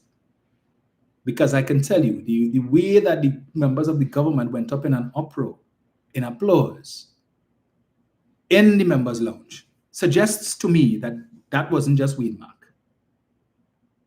Suggests to me that was not just Wade Mark. But anyway, I come back to the budget. So many things to talk about, right? So the Prime Minister put out she came to the Parliament yesterday for the first time in almost 2 weeks. For the first time in 2 weeks. Because she came for the budget, the reading of the budget speech, and then she disappeared after that. She wasn't there for the entirety of the budget debate. And then She showed up, came to the parliament, as I told you what day it was. She stayed for 5 minutes and then she left. And she came yesterday looking for headlines, looking for media attention to see, well, she's the first prime minister to ever come and answer questions in a standing finance committee, which normally the minister of finance would do on behalf of the office of the prime minister. Or if there are ministers in the office of the prime minister, they would come. So in previous years, you would have had Simon de Nobrega, who was in the office of the prime minister, Stuart Young, minister in the office of the prime minister, and you had Ayanna Webster Roy. Right? So they would come and talk for the office of the prime minister, for the prime minister. But she came to say, well, right, thing, nice. Look, I'm here. And attempted to give a speech. You are entitled to 5 minutes as the minister, the line minister for the ministry that is being interrogated. 5 minutes to speak. That is what the standing order says. But she came expecting to give this lengthy speech that she had probably planned to give in her contribution to the budget debate, but she didn't come to the budget debate, which collapsed because of them, because they could have taken up the opportunity to keep talking until she came. They could have gone into the Saturday, and she could have come the Saturday, and she could have spoken and say what she wanted to say and talk for her full 45 minutes on some. Right? 40 plus 10, I think it is. She could have come and talk. She didn't. But tried to come yesterday to talk. And we decided we will have none of it. You are entitled to 5 minutes. No more, no less. We don't care if you are the prime minister. All right? We don't fawn over ourselves when you come. Right? You know, we don't be enamored. Oh my gosh, the prime minister. Yes, oh great prime minister. We don't feel the need to get down on our knees and pay obeisance to Mrs. Prasad Bisesa. We're not having that. We just rock back in our chairs and we look at the members opposite, one after the next, declaring their fealty to Mrs. Prasad Bisesa. Everything is thanks to the leadership of the great Kamla Prasad Bisesa. We just be there, really, really. And me and Butcher, hand him that toilet paper. There's too much brown nosing. Too much brown nosing taking place. So if they feel the need, we didn't feel it now. We said we will have none of it. If she intends to come there to try to pull a fast one, and Mr. Chairman feel that he go in and encourage that foolishness, we waiting. So from the time we see 5 minutes, we are, what going on here? What going on here? The chairman jump up and say, Prime Minister, well, you're entitled to 5 minutes, but I'll give you an extra 2 minutes. No! There will be no extra 2 minutes. The standing orders does not allow for that. And since you all weren't willing to bend the standing orders for us during the Standing Finance Committee, when the speaker reading, the chairman going through things fast, and you there trying to flip page, and by the time you find the page, he done pass that already, and then they're telling you, no, you can't go back. And then he's saying he look up. Every time he read out something, he look up. People hand up. And he ain't seeing your hand because his head down, not seeing your hand. And then when you say, but Chair, my hand was up. No, your hand wasn't up. Your hand wasn't up. No member. So we're not going back. Well, all right. No problem. We ain't going back. We're not encouraging. Now the Prime Minister will speak for 5 minutes and no more. When he decided to give her 2 minutes, we started banging. No, absolutely not. We're not having it. She had no choice but to wrap up and allow for the interrogation. Right? And then come to play some cheeky remark when Stuart asked a question. And she said, member, clearly you didn't spend enough time as in the office of Prime Minister or as Prime Minister, some nonsense. So and she figured, and all of them had on cue, had to start a laugh and pound the desk and make her feel good. All right? To make her feel good. Let me see, there was something else I wanted to touch on with this budget right here. Where is it? So as we said, Karim Marcel posed a question to the Minister of Housing with respect to how many houses they plan to build this year, this fiscal, and for the next 5 years. Let me see if I get this here. That's no, page 40. I'm going to read it for you. Under making housing more affordable, our target is 20,000 affordable homes within 2 years through public-private partnerships and innovative designs. We will launch first-time homeowner grants, low-interest loans for young families, and revive the Land for the Landless program. The Foundation for Life program will help single mothers and seniors with rent-to-own options, while inclusive housing at Edinburgh 500 will serve persons with disabilities. So the target is 20,000 affordable homes within 2 years through public-private partnerships. So Kareem asked Mr. Lee about that. How many houses do you plan to build in this fiscal based on the allocation? Mr. Lee said 612 houses for fiscal 2026. So if you plan to build 612 houses in fiscal 2026, and the budget document, page 40, says you will plan to build 20,000 in 2 years. It means that in fiscal 2027, you plan to build 19,388 houses. If you're only building 612 in 2026, that leaves a shortfall of over 19,000 houses. He said that was a typo. Y'all remember 2010 when they were promising $3,000 pension at age 60? Life begins at 60, that's what they say. And then they came into office and they said it was a typo, a misprint. But it seems that was another misprint. Let me see if I get this here. See, again, I don't like to, let me get it here. Play it. Get it here. Yes. E 230, accelerated Honourable Minister, line item 08. E 230, accelerated housing program. Could the Honourable Minister indicate from the 200 million allocated in this fiscal, how many homes are intended to be built of this 200 million allocation? Based on the information I have, member, out of that 200 million, we have identified to construct 612 homes. 612.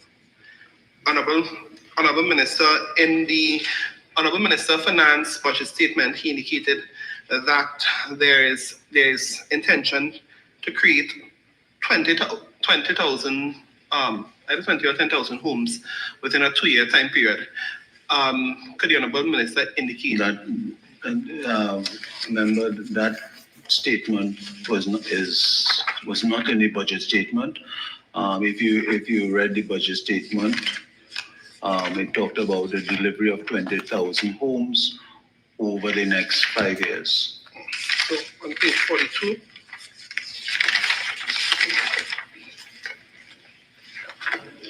Sorry, please.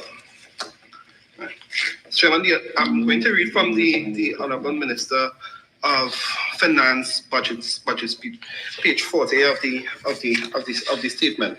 Before I ask this question again.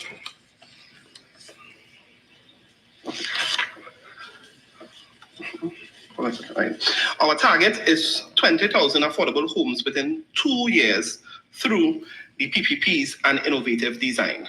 It is on that basis I'm asking whether that allocation would be sufficient to accomplish that. This year's allocation would set you on target to accomplish that, please. Remember, if I can just draw you to the answer, the Minister of Finance never said that in his statement when he presented the budget. It might have been a typographical error. Oh, thank you very kindly, Mr. Chair.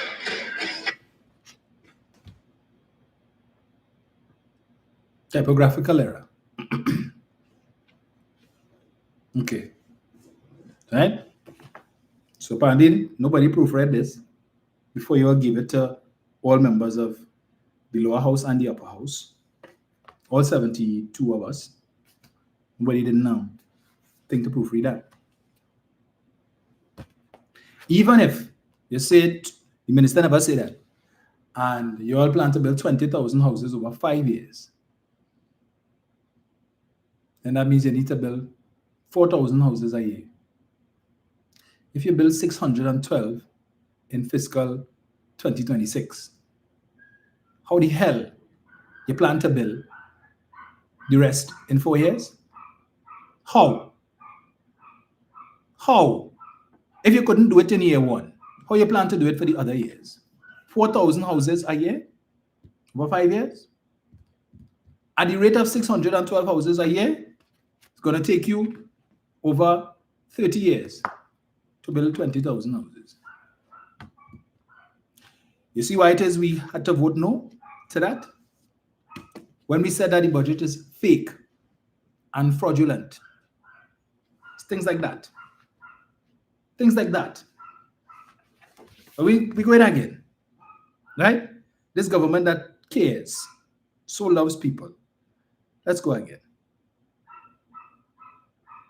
All you beat up on Marvin and Scotty. When Scotty talk about coal pot and bike, and Marvin talk about ham, about macaroni pie and ham or something. So, if a landlord passes on the charge because they are now going to be faced with a charge, the landlord passes it on, and the next place to live. Maybe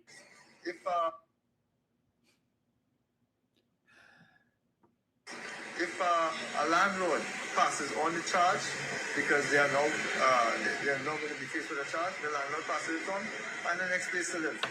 Maybe if a landlord passes on the charge because they are now going to be faced with a charge, the landlord passes it on, and the next place to live.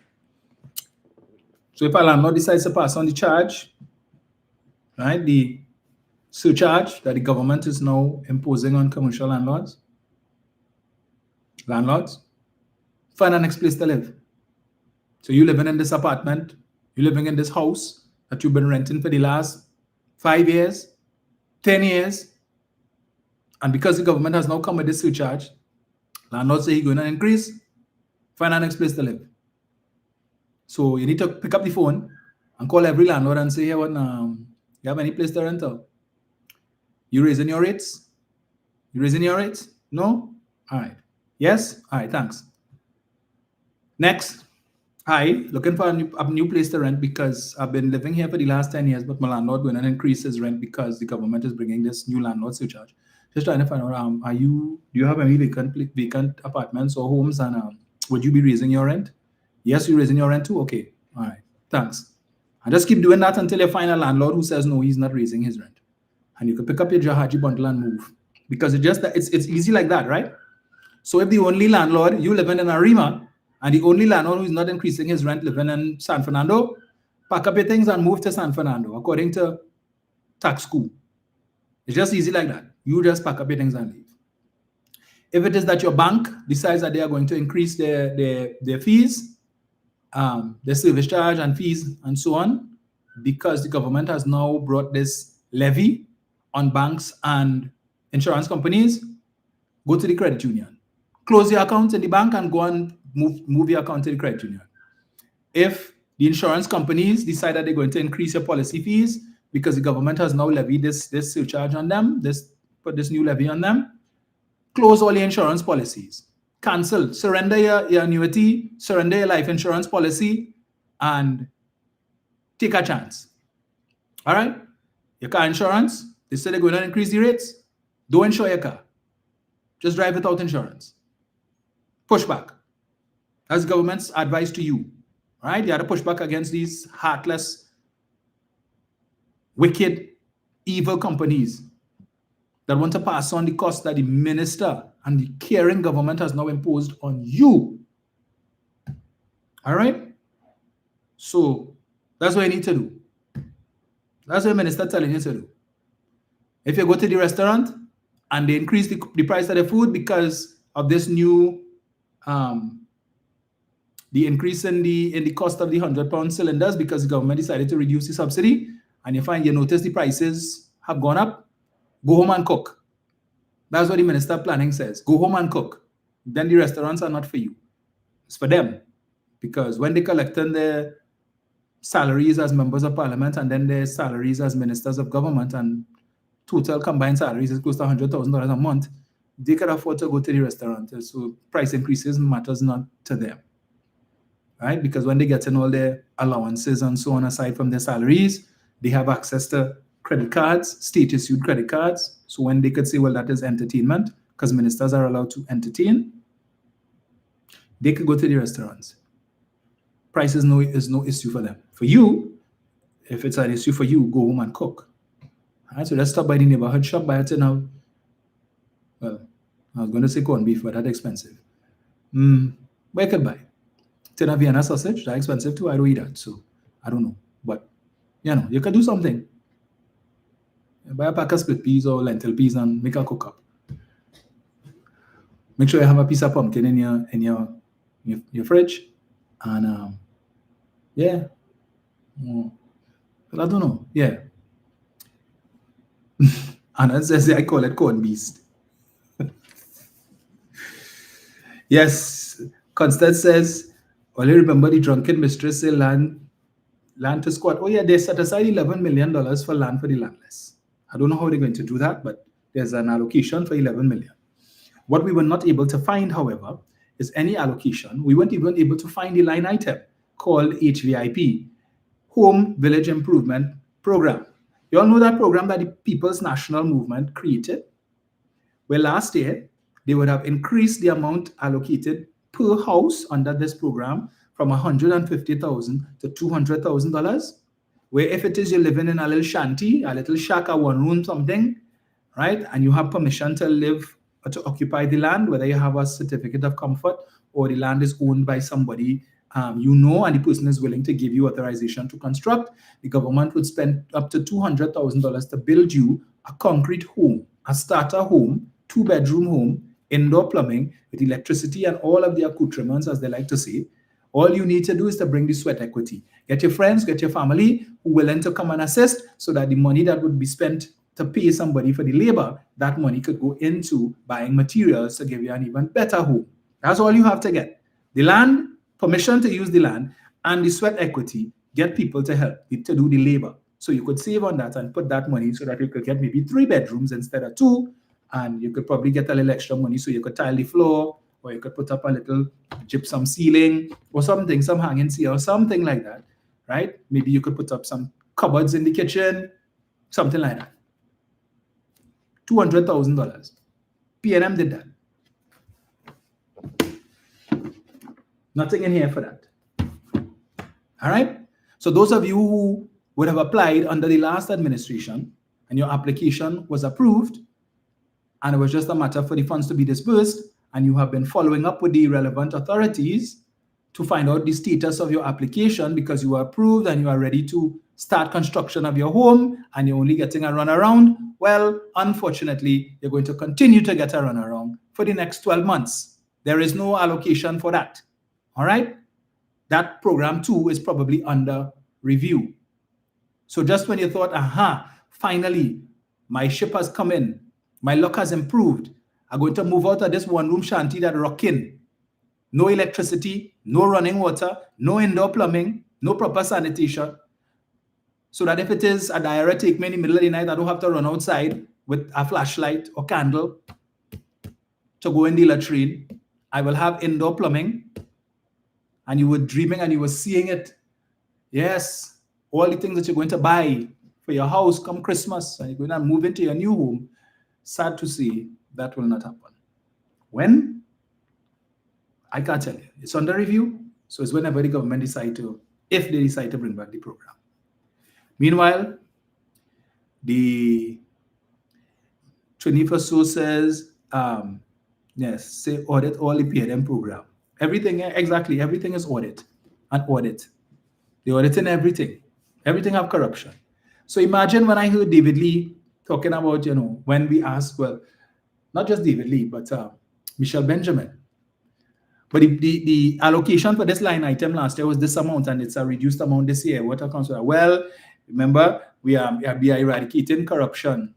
And so all the money that was wasted over the last 10 years on corruption, because we cut out the corruption, we now have savings, and that's why we feel this allocation is sufficient. And so when I heard David Lee talking about corruption in the Ministry of Housing and how land was given away under the last administration for peppercorn rates and friends and family got land and foster Cummins and who who get this contract and who get that contract under the Ministry of Housing. And I'm saying, you want to talk about corruption. All right? In 2023, his predecessor, the Member of Parliament for Trin-City Maloney, Camille Robinson Regis, in the capacity as Minister of Housing, would have told the Parliament during the budget debate 2023, 2 years ago, that the recently completed audit of the HDC for the year 2013, because HDC's audited financials were behind for a number of years, and the ministry had engaged in an exercise to bring those financials up to date. And when KPMG, which is the external auditor, when the auditors went to do the sampling for a housing project where some $800 million worth of housing was supposed to have been built between 2013 to 2015, they could not find a single house to account for that 800 million. They would have gone to the sites where the house was supposed to be built and there were no houses there. None to be found. $800 million in ghost houses. To date, Rudal Munilal, who was Minister of Housing, has said nothing on that matter. Jolene John, who was the Managing Director of the HDC at the time, has said nothing on that matter. No comment. Around that same time, the audit would have found that a loan for $180 million was taken from the National Lotteries Control Board. The paperwork for that loan cannot be found. They have no idea what the loan was for, anything. But he wanted to talk about corruption. So between that loan and the 800 million in ghost houses, we're talking almost $1 billion cannot be accounted for under the People's Partnership, under the PP. But he wanted to talk about corruption. And then they want to accuse the PNM, the Prime Minister. I ain't going to say no honorable Prime Minister. The Prime Minister had the audacity, the temerity, the unmitigated gall to claim that the PNM is funded by the drug mafia. Ask her to provide one shred of evidence to support that. She cannot. But looking for headlines and looking to distract from the incompetence of her government, in the face of them taking licks day after day. David Lee, when we ask him questions about where the money coming from for certain projects, and the man jump up and ball, we will do magic. Really, we will do magic. You could believe that? Shameless, you know. Let's see if I get it here. Just know. So many things happened over the last week. So let me see if it is.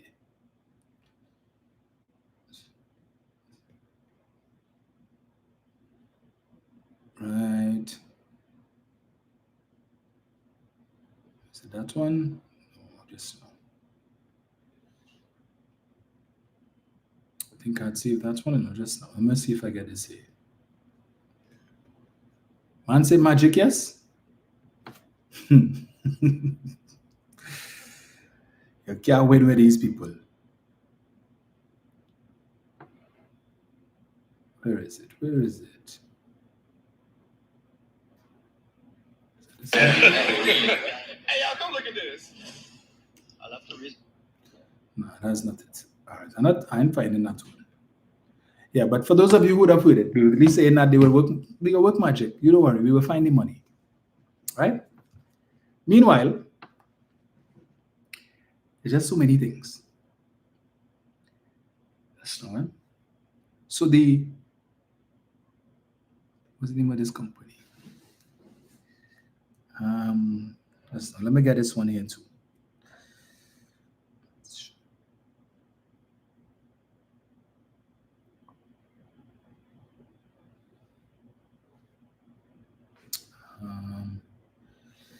Just now, 1 second. Some of these things that might have missed some people.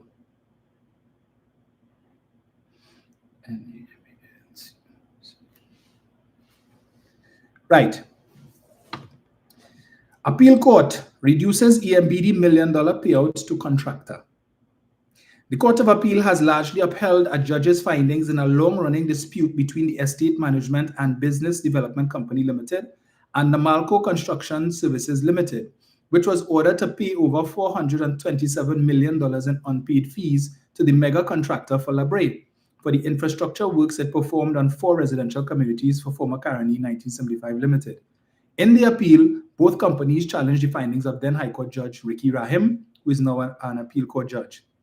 Justices Peter Rajkumar, Ronnie Budusing, and Jeffrey Henderson varied the High Court ruling, instead ordering the EMBD to pay Namalco $121 million for infrastructure works at the 4 housing projects.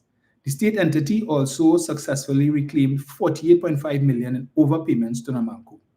In 2022, Rahim ordered the EMBD to pay Namalco more than $427 million for works done at Cedar Hill, Roopsing Road, Pittimon, and Picton, Monkey Town, on lands owned by and managed by Caroni 1975 Limited.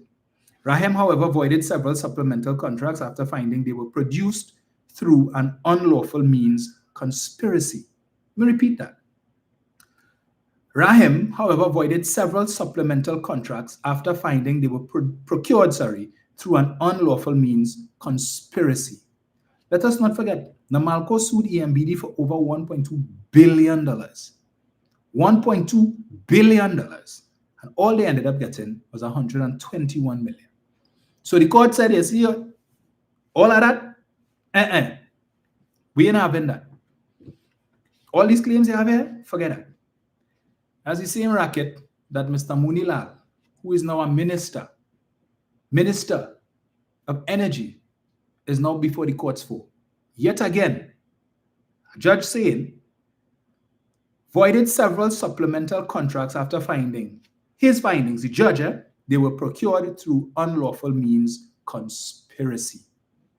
And this man is today a minister of government, Dr. the Honorable Rudal Munilal, who finds himself before the court. And several judges, Justice Aboud, Justice Rahim, the Privy Council, the Court of Appeal, have all found that he and others have a case to answer with respect to allegations of corruption, bid rigging, conspiracy, as you just heard Justice Rahim make mention of it. Namalco had originally claimed in 2016 more than $1.3 billion, asserting EMBD had failed to pay for completed infrastructure works. EMBD countered that some contracts signed by then Chief Executive Sibalak Singh were invalid because he lacked the authority to approve agreements over $1 million without a public tender. Rajkumar, delivering the main judgment, agreed that Singh acted beyond his authority and in breach of fiduciary duty. He ruled that Namalco knew or ought to have known that Singh could not unilaterally sign off on the multi-million-dollar supplemented agreements, which inflated project costs by roughly $314 million. As a result, the appellate court affirmed that the supplemental agreements were void and recalculated the company's liability using the original contract rates. The court ordered EMBD to pay Namalco $121 million for certified works at Roopsing Road, while Namalco was ordered to repay $48,519,000 for overpayment under the Pittimon project. Interest of 2% per year will accrue from May 6, 2016 until final settlement. Justice Budusing, while concurring with the outcome, expressed concern that the findings of conspiracy were made without Singh being named as a party to the proceedings, noting that fairness requires alleged wrongdoers to be allowed to respond in court. Rajkumar acknowledged his colleagues' concern about fairness, but noted their ruling made no conclusive adverse finding against Singh. He further noted, however, it was legitimate to examine his conduct, not in the context of making conclusive findings of wrongdoing by him, but in the context of such alleged conduct constituting prima facie, through rebuttal, evidence against Namalco. That evidence was not adequately rebutted by Namalco. Remember also too, I think Calco had a similar situation, suing Wassa, and settled for millions less than what it is they were originally suing for, again, under the People's Partnership. And now we hear, again, coming out of the budget, that the government intends to resume the Betham wastewater treatment plant project. That controversial project in which hundreds of millions of dollars were spent between 2010 to 2015, given to Krishna Lala of SIS, right? Mr. Lala, who shortly after the PP lost the election in 2015, migrated to Panama, would have received hundreds of millions of dollars and did precious little. That way almost the majority of the money for the project had already been advanced, right? And only about 45% or so of the project was completed. And then Mr. Lala came to say, well, he couldn't finish the project. SIS couldn't finish the project because they ran out of money and they needed more money. And then during the PNM's reign over the last 10 years, Rudal Munilal brought up this issue in the parliament. And he said, all it would take is another $500 million to finish the project. And the PNM was wicked and spiteful because it was a PP project. That's why they didn't want to complete it. And when we thought we'd heard the last of that project, now we would have heard in the recent concluded budget debate that the government intends to resume that project. We don't have money on there. Yeah, we don't have money to pay the grass cutters, to pay CPEP, to pay URP, but we have money, hundreds of millions of dollars to resume this wastewater treatment plant, because that is supposed to help the situation with the water in the country. Right? Yeah. So, SIS. Let's see who the contract will go to. If they will give it back to their original contractor, who didn't know the first thing about contracts with respect to about wastewater treatment plants, who interestingly won the bid over a company, Atlatech, which had 58 years of experience. A company that had 0 years of experience was able to get a contract. And now this government intends to continue the project. Elections have consequences. Election promises have consequences.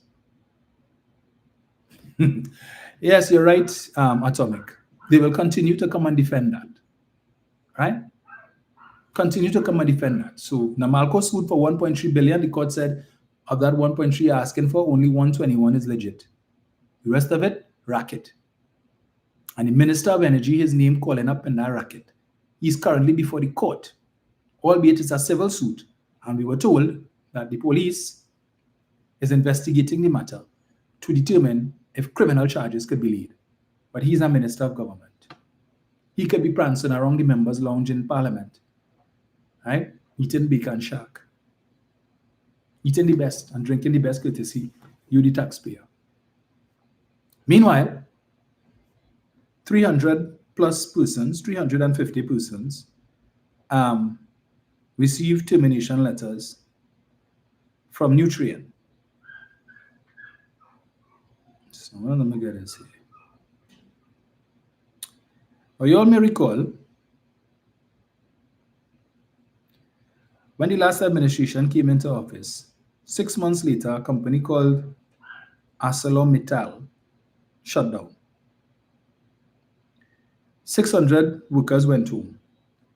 And for the last 10 years, the UNC has been blaming the PNM. Here we have a situation where they came into office. 6 months later, Nutrien, which has been around for a long time, which is one of the primary providers of CO2, has decided to wind up, and a Canadian company has decided to wind up operations, and I'm trying to find the article here. Let's know. The sad thing about that is that some of those persons who are now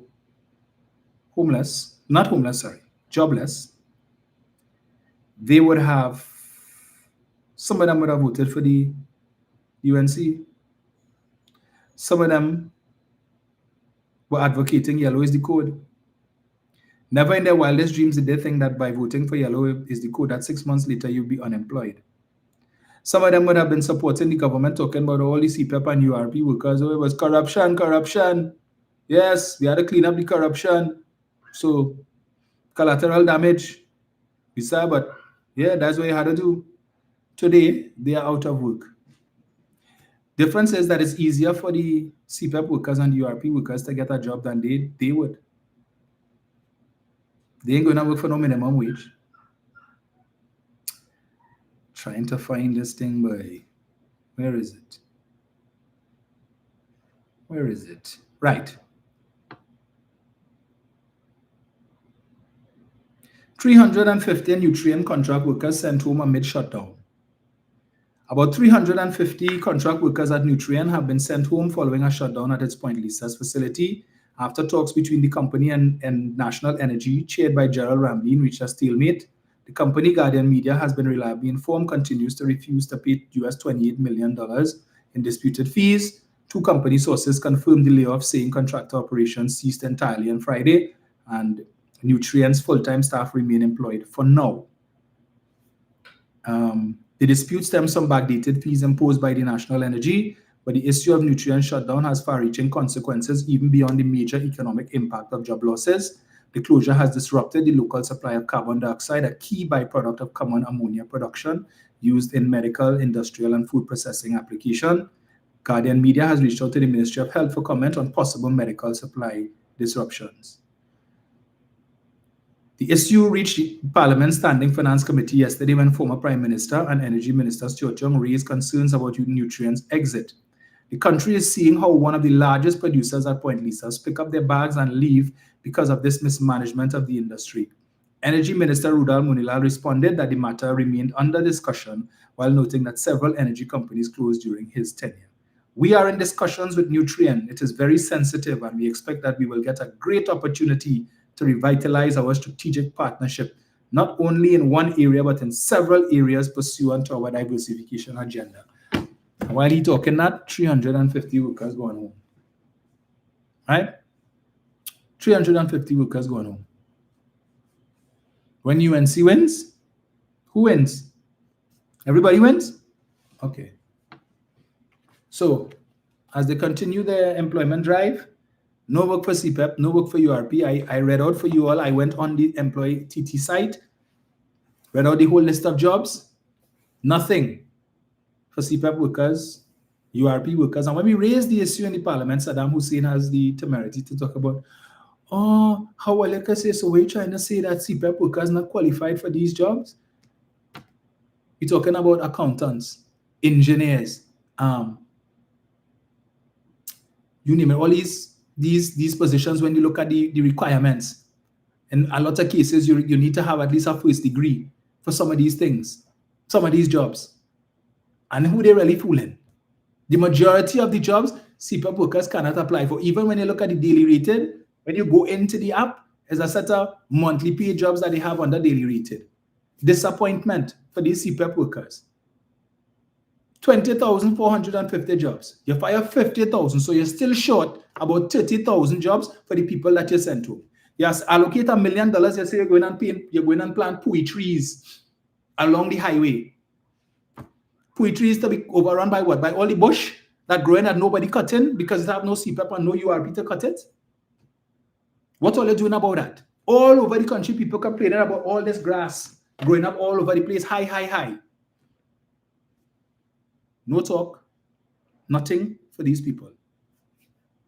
So while I was hoping to hear something good in the budget, that jobs will be provided for these people so that when I go to my office on Thursday, I am not going to see, when I look at my list of people coming to see me, the reason for visit, employment, former CPEP. Nothing has changed. I am still going to be faced with that. Because this loving, caring government took away these people's jobs. Couldn't care. But you know what? What it is? Sunday? What is the 26th? By Wednesday, Mrs. Prasad Bisessa's 2 salaries will be in her account. Philip Alexander's 2 salaries will be in his account. Roger Alexander's 2 salaries will be in his account. In fact, all of them, their salaries will be in their account. And what is 1 month's salary for them would be 3 years' salary for a former CPEP worker. 1 month. Right? So they could gallivant themselves and like themselves. They cannot understand what these people are going through. So every month, money meeting. And as I asked them in the Parliament, I said, I don't know if you all don't have office days, but I do. And I don't know if it is that people not coming to you all, former CPEP, former URP, former forestry workers, not coming and seeing you all every week to ask you for help because they come to me. So How you all could be coming to the parliament and talking like this, and these people coming to you all, and is what? So when you all were contemplating creating this employee TT, you all didn't give consideration to all these people who come to you every week looking for help. You all don't go on Facebook and social media platforms and see how your own activists cussing all there, day in, day out, begging for help, and can't get none. They fed up all there. After 6 months, not even 6 months yet. Well, state of emergency is due to end on the 1st of November. 1st of November, today is the 26th, so that would be Saturday. Let's see if they're going to come back to Parliament. They have to make a choice. Either they bring it to an end or they choose to extend it. We'll have to go back to Parliament on Friday to debate it for further extension. Nothing announced. Anybody here can tell me what is the plan based on the budget allocation? Was the plan for crime? Was the plan for national security? Was the plan for homeland security? Because every question we ask Alexander, national security, I can't tell you that. I want to tell you, but I can't tell you. Because if I tell you, then I would tell you. So I can't tell you. We're trying to account to the people of Trinidad and Tobago. This is their money.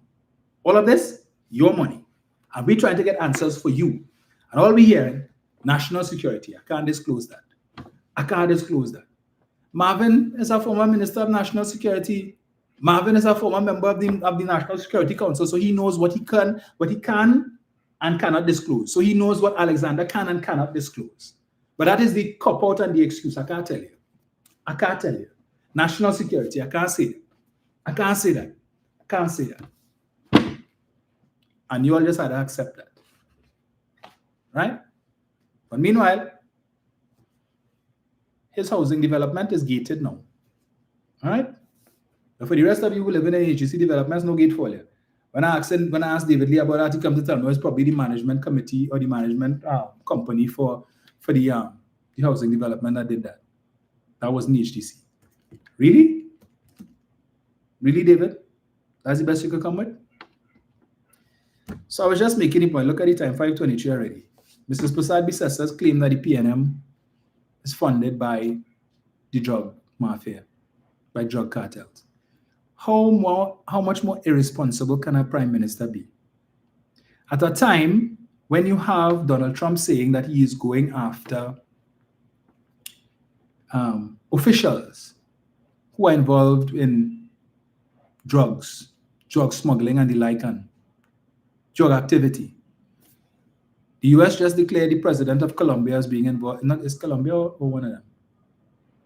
Someone of those countries. Can't remember which one exactly. Of being involved in drugs. And so sanctions have been brought against him. So when the US and the US president has publicly declared that they are going after entities involved in drugs in this part of the world, all right? And somebody, the one prime minister in the whole Caribbean, who has decided to throw her weight and her support behind the US policy in going after drug traffickers and so on, through the means of blowing up boats and the like, okay?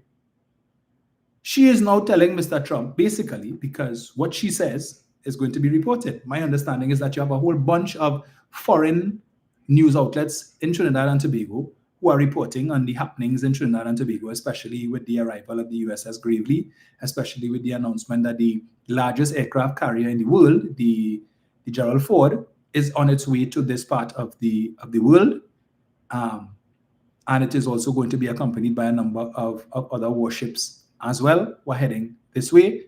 And Mr. Maduro has indicated that he is now in possession of 5,000 Russian missiles, and there is support from Russia and so on. So all these things happening. Mrs. Prasad Bisessa decides to come and put out, not just say it as an aside, just something she mentioned, by the way, no. You sent out a press release stating that the opposition PNM is funded by the drug mafia, putting us directly in the line of sight of Mr. Trump. So if Mr. Trump here is the Prime Minister of Trinidad and Tobago, who just met with his Secretary of State, is saying that the opposition in her country is being funded by the drug mafia, she has not one shred of evidence to support that. Not one shred. but putting us directly in the line of sight of Mr. Trump to possibly say, well, okay, well, sanctions on them too. Right? Sanctions on them too, because these are government, in a sense, we are government officials because we are part of the legislative arm of government. And Mr. Trump has made it clear that he's waging war against public officials who are involved in the drug trade. And the Prime Minister of Trinidad and Tobago has put out a statement accusing the PNM of being funded by the drug mafia, something she has zero, absolutely no evidence to support. If that is so, did she speak to the police commissioner? I would remind Mrs. Prasad-Bissessar that when Gary Griffith was the commissioner of police, he sat before a joint select committee of parliament and said that the UNC, based on intelligence that the police had gathered, showed that the UNC was involved in criminal conduct. Some $42 million that was allocated to assist or to enlist criminal elements. One of her ministers currently has a heavy security detail because it is alleged that his election campaign was funded by criminal elements to the tune of $20 million, something that Prasad-Bissessar has never answered to. She has never answered to the fact that her party outspent the PNM by tens of millions of dollars for the recently concluded general election, paying social media activists and influencers thousands of dollars to promote their yellow is the code among their supporters. PNM wasn't accused of that. They outspent us. When was the last time the UNC had a fundraiser?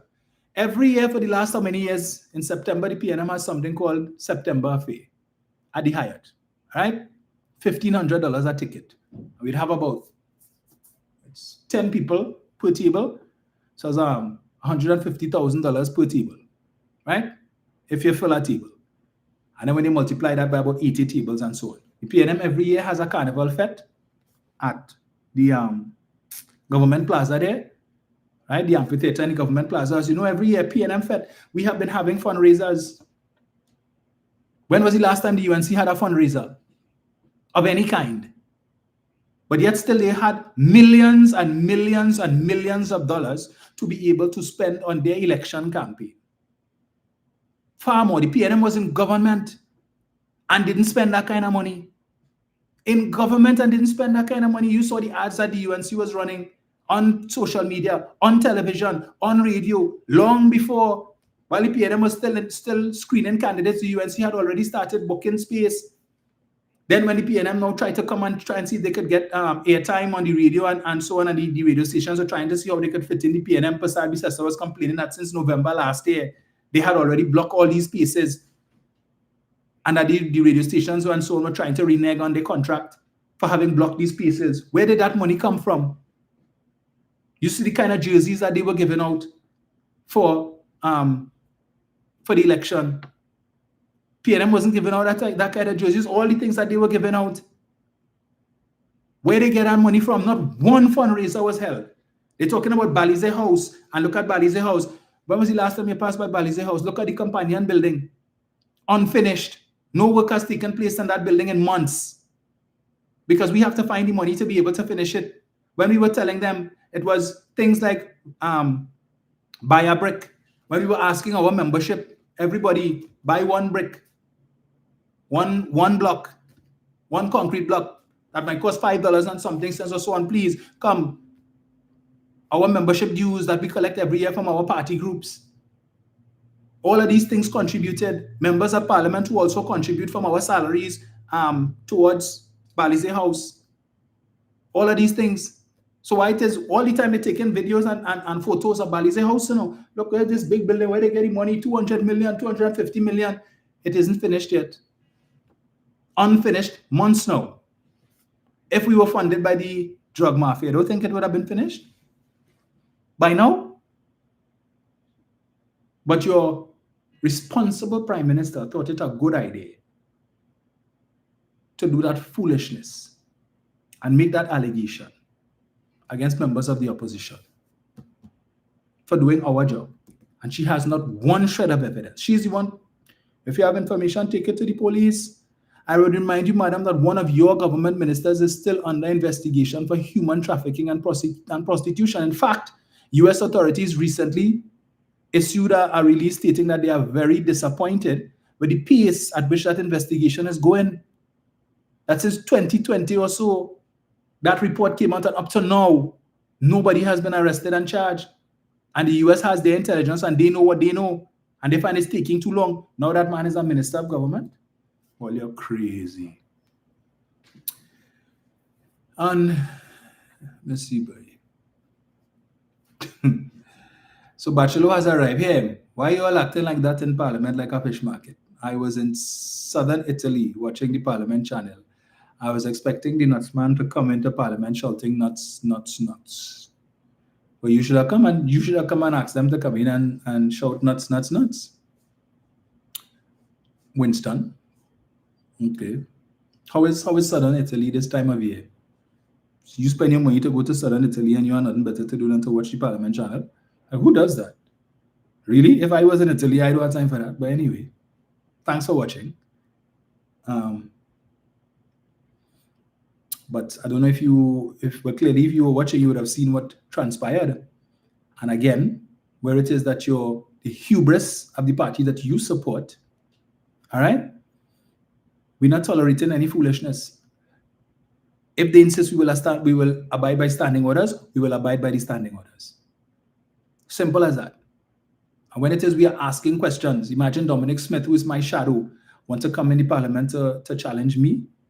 It seems he still hasn't gotten over the fact or hasn't gotten the memo that I am the substantive MP for Malabar Mausika and he is the shadow. So you come into the Parliament, I am asking you questions as I am entitled to do, and you want to give me attitude? I had to remind him, no, so that's not how it works. I ask the questions, you answer. You are a guest in my house, not the other way around. All right? So when all of these ministers want to come and gallery themselves and play thing, what are we supposed to do? Sit down? I mentioned earlier on, someone asked in the comments, why are we so passive? Why are we so passive? We were controlling them. But there are some things we will not tolerate. And the disrespect with Padarat insisting on continuing to call us hooligans. And the chair would not admonish him for doing so. We had enough of it. Enough of it. And again, and I make the point, you all only see and hear what happens on camera. You all don't know what happens when the camera is turned off and the microphones are turned off and the things that they say and throw across the aisle. But Saddam, with his, listen, talking about, throw them out, put them out. I had to let Mr. Mano put us out.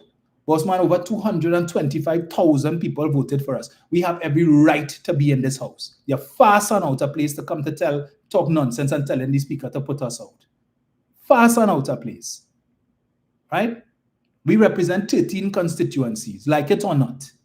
Yes, you all have a majority, almost double what we have, but still, we earned our place to be in this house. So come and talk rubbish about put us out. I am lucky I don't cuss him. Otherwise, I agree with you, old lady.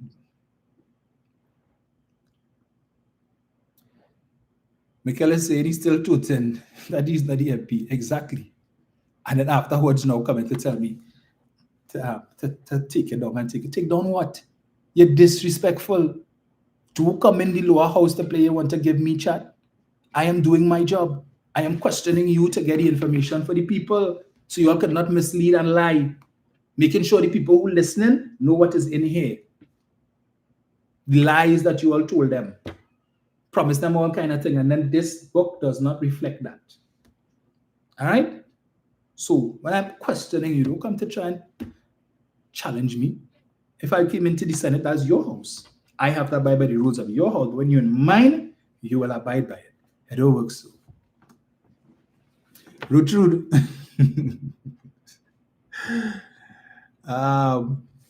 Bachelor said the Speaker of the House have a right to extend the time to ministers, both UNC and PNM, regardless of standing orders. All right, so let me tell you something, Winston. The standing orders guide conduct of the operations of the House. No member of the chamber, not even the Speaker, is above the standing orders. The standing orders were agreed to by the 41 elected members of Parliament. Therefore, if there's to be any change, the House committee has to come together or the standing orders committee and will make that change. The Speaker is not above the standing orders. He has no right, no power, no authority whatsoever to extend the speaking time of anybody. He does not. Just as he has no authority to insert himself in a debate, he is supposed to serve as moderator. The 41 of us, we were elected by the citizens of Trinidad and Tobago to represent them. Okay? So we have more rights to be in there than he does. He was selected. We are elected. And when the 41 of us set the rules as to how the House is to operate, that is how it works. That is why anytime anybody runs afoul of the standing orders, you get up, Mr. Speaker, standing order so and so. The standing order says this is what is supposed to be done. The Speaker has to abide by the standing orders. He has no power or authority above it. All right? So check yourself. I don't know who tell you that piece of nonsense, but it is absolute garbage. He has no such authority. And anytime he chooses to flout what little authority he has, we could bring a motion of no confidence against him. Of course, it would not succeed because the government has the majority. So just to let you know, the Speaker has no such authority, my friend. Super C saying the Speaker was allowing KPB 2 extra minutes of speaking, and that's a standing order breach. Please consider private motion on the removal of the Speaker. Dexter James says he has the record of most. I'll put it in writing. Yes, I keep them in check, man. Keep them in check. That's what they need. Oh my gosh, Pressy is asking, did you guys laugh at Saddam when he was ignored? I'm going to tell you, it hurt that man, because he came there, and he wasn't coming to answer questions. He was coming there to talk, to come and make all kind of spurious claims about who thief and who this and who that. We read him from a mile off. From a mile off. And he says, we don't have time for that today. Next. My boy sit down there, not a question. Afterwards, if you see face. Same thing for Sobers. Waste our time. No questions for he either. Jeremy almost catch it, but there were a couple of questions that Penny wanted to ask and so on, and so we allowed it. But otherwise, that he would have got Saddam too. Super C says that Saddam feel his wisdom is in his beard. Yeah, see, like he was introduced to Waterworks and Bigen. These days the beard black.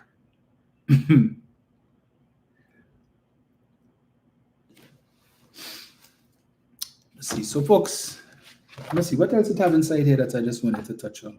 What I haven't touched. Yeah, most of it. As I said, the container processing fees going up, customs declaration transaction user fee going up by 100%, environmental tire tax going up by 100%, wild animals and birds, that is going up by 100%. Custom duties on rum and spirits going up by 100%, beer 100%, cigarettes 100%. Yeah. So that is why we voted no to the budget, folks. There were too many things inside it that we simply could not agree with. We could not support the government's increase on the surcharge on landlords. Yeah, we could not support the levy on the banks and the insurance companies because we know these things are going to be passed on to the customers and the consumers. So when they beat in the chest, and the only thing Munilal could have beat his chest about yesterday is to talk about the drop of $1 in the cost of super. So what the people who drive in premium vehicles that use premium, nothing for them. They don't deserve a cut too. What about the people who drive in diesel vehicles? They don't deserve a cut too. They are not citizens. They don't deserve a cut too. All these new vehicles are coming, people using premium, not super, but nothing for all. Nothing for all. They're going and remove VAT on 7,000 food items. Good luck with that. It didn't work the last time, it's not going to work again. Is the PNM going to get together with the UNC to assist in Jamaica after the hurricane put away political differences? Well, we were first out of the box yesterday, Winston, when we inquired of the government what was going on with repatriation of Trinidad and Tobago citizens stranded in Jamaica. All right? We inquired about that. So, since Mrs. Passabi-Sessa claims that we are supported by drug mafia and so on, well, what would you like us to do? It has nothing to do with politics, political differences. We could try and mobilize, but just remember we are in opposition. We have nothing. All right? Some of us had to temper what we were saying and how we were treating with some of the ministers because we know they're vindictive, bad.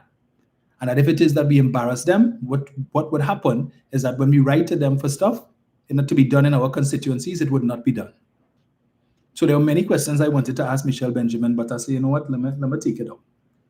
Because I need the Samaru Village Community Center to be repaired and up and running because the residents in the area have asked me on numerous occasions about that. They wanted to be back up and running. The PNM built it. Unfortunately, persons came in, some from the neighborhood, I understand, and vandalized the place, stole the stove, the fridge, air conditioning units. They just, yeah. It was in a mess, right? Broke the windows and everything, and the community has not been able to use it. The Karapo Community Center as well also requires some work. Those are the two main, the two community centers in my constituency that are that need assistance. And so I had to take it down a bit. Yeah. As much as I wanted to go after her, say, you know what, let me relax myself because I need that work done. Likewise, I need Jolene to come and do some work with respect to the Mausika River. I needed to do some work with respect to the Samaru Village Bridge. And have a lot of things. The Malabar Extension Road that is sinking, again, because of poor workmanship by WASA. So I need things done in my constituency. So I can't afford to be antagonistic. And as I said, these people are very vindictive and they will remember you. And I'm sure some of them will say, oh, well, until you vote no for the budget, well, nothing for your bandana than saying that already. After the vote is taken and we leave in the chamber here. Malabar Mausika, no community center for you. He was asking for community center and you vote no, well, none for you. Right. So, as much as I would, at the end of the day, I had to take it out. We're not in government. So I had to beg and beg and beg. Where is Roger? Where is Ansel Roger? Anybody knows where Mr. Roger is? Anybody? I have not seen or heard from this man in ages.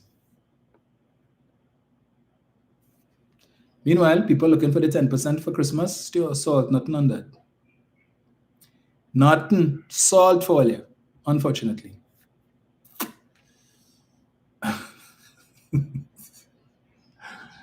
Oh my gosh. Madam Moringa is saying, I cannot remember hearing anything from agriculture about the youth and agriculture homestead program. There is nothing in the budget for that, Madam Moringa. Unfortunately, all of these programs have been under consideration by the government. Right? So, yeah. All of these programs that the PNM had established for the youth under the Ministry of Youth Development and National Service are now under consideration by Cabinet. And because Cabinet has so many things to consider, I don't see them, these things, these programs that are low down on the totem pole for consideration. Yeah. So I feel sorry for all of those young people who were looking forward to their 2 acres of land, their starter home, their $20,000, their farmer's license, after studying for 2 years in UE and were just waiting for that. Unfortunately, it seems they will not be getting it. All right? UNC claiming corruption in that too. So, yeah. Charles says, Mr. Romain, you are not begging, you are addressing the concerns of your Burgesses. I agree with you, Charles, but it's just that when I tell you, I feel like I'm begging. Because when I write to a minister 3 and 4 times on the same issue, and I'm not even getting a response, they're not even acknowledging receipt of my letters. The only, and I will admit, The only minister who has acknowledged receipt of any of my correspondence so far has been David Lee. Right? When people come to me asking about the status of their HCC applications and I write, they will write to the person directly and they will send me a copy of the correspondence that they sent to the constituent, letting them know what is what. But otherwise, nobody else has responded. Julian John has not responded to me. Padarat has not responded to me. Michelle Benjamin has not responded. Vandana Moet has not responded. So all I could do is just keep writing and hope that they get fed up all these letters and just decide to do something. Winston is saying all the political vindictiveness on both sides needs to stop. In the end, it is we the people that suffer regardless of political affiliations. I agree with you, Winston, but I would tell you, the members of government, having been in opposition for 10 years, seem hell-bent on sticking it to the PNM. They felt that they were victimized. I don't know. They felt they were wronged over the last 10 years, and they're trying to return the perceived favor. Right? So as I told you, you all don't hear the abuse that we have to endure when the cameras are turned off and the microphones are off and what is thrown across the aisle. Right? You all don't hear it. To the point where, it's frustrating. It is frustrating when sometimes at the end of a day, you just, I don't know, ask yourself, what I really get myself into? What did I really get myself into? I agree with you, it should not be that way, because at the end of the day, it's the people's money. And the people have elected 41 persons to manage their money for their best interest. Not to have one side, because they're in charge and they're controlling the money, and they decide that they will do things their way. And if they need to punish the other side because they figure that would give them a fillip or give them a heads up in the constituencies that is controlled by the other side. If I write to you on behalf of a constituent, come on, it's not your money. You are in government. You all made promises. How difficult is it? Simple things like street lights. So that when I write to the Minister of Public Utilities about street lights in my constituencies, that people come into me asking about. Several people from the same neighborhood come in to ask about this, and I write to the ministry. No response. But then I can hear people like Clyde Elder, who is a minister in the Ministry of Public Utilities, come in the parliament and boast about how he put up street lights here, and Ernesto Keza coming in the parliament and talking about all the different places, or he going on social media and all over Point 14, where they lighten up and where they didn't have street lights before they put up street lights. And in my constituency, where you have street lights and it just needs to be repaired, I can't get it done. I'm not even getting acknowledgement of my correspondence. But they're happy to come on social media and come in the parliament and talk about all the places in their constituencies that they fix. Up to now, Julian John has not visited a single opposition constituency on all of her tours. All they do it. Every time a line item come up, Minister, could you please indicate if this area in Malabar Mausika or that area in Malabar Mausika is on the list? No, member, it is not on the list. However, you could write. I have been writing. But all we're hearing about is South Trinidad, Central Trinidad. We only have now one constituency in South Trinidad, which is San Fernando East. One. All the rest is under UNC control. And so their focus now is on trying to see if they could hold on to those seats, so they will do things there to the detriment of those seats that are controlled under the PNM. So you starve PNM corporations some money, you cut back the allocations to PNM controlled corporations. Much of the work that we get done as MPs, infrastructure work and the like in our constituencies, is because of the assistance of the corporations. When you cut back funding to the corporations, it limits us in terms of what we could do. Because if the ministry is not responding to me, and I will call up the chairman of this corporation and say, boss, say what I need. You can help me with this. I need a little patching. What you could do for me? I have a little assistance with a little paving here. You can help me out. I talk to this councillor, talk to that councillor. Here now, have a little road caving in there. What you could do for me? Help me out. No problem, MP. We will organize it. If not for that, I would get nothing done. the swimming pool in Malabar, senior citizens, the aqua aerobics program that a lot of retirees in my constituency depend on. These people retired, they're home, they're trying to stay active. They don't want to live a sedentary lifestyle, and then they end up getting stroke and all of that. So they enjoy the pool, going to the pool. The aqua aerobics program has been suspended for months. Write to Philip Watts 3 times on that issue. No response. And it's a waste of time trying to speak to him in the parliament because he is the king of arrogance. I don't know. This man, he's just like walking bitter. I wouldn't even attempt to speak to him. One time I tried to speak to him to ask him for his contact number to reach out to him on a couple of matters with respect to the Karapo, Savannah, and so on, because persons came to me, right? And the way this man his whole aura, his whole demeanor was just so off-putting. It's just like he just sour, like he just bitter. I don't understand it. And it's kind of like he gave me the number, but begrudgingly in this kind of way. It's like, kind of thing. And that was it. I take the number, I say, see me, you will pass this man in the corridor. Good day. He don't answer. Well, all right. I'm not going through that with him.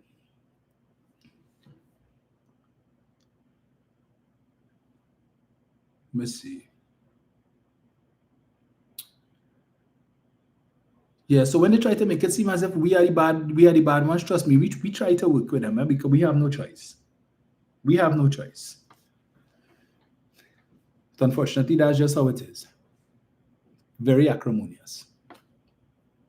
And if you only make the mistake to talk about the prime minister, well, that is the death for you. Your dog's dead. I believe, yes, the young people who would have completed the apprenticeship program, they would have had, from the last cohort that graduated, they would have received their certificates or whatever it is at the graduation ceremony. But those that were in the program up until the time that the PNM would have limited office, unfortunately, there's nothing we can say to them. The OJT program as well, we understand that they have that program too is now under review. So to all of the young people who benefited from the OJT program, and who would get much needed work experience at oftentimes the companies to which they would have been put, or the ministries that they were put to, assigned as apprentices, they would sometimes get employment afterwards. That too, the program was supposed to start back in September. As we understand it, that is under review as well. So, and I was looking forward to that because I understand that as a constituency office, I was entitled to 2 OJTs. And we had already identified 2 young persons to come to start work in the constituency office. And now that has been put on hold, I don't know what's going to happen with them there. Yeah. So,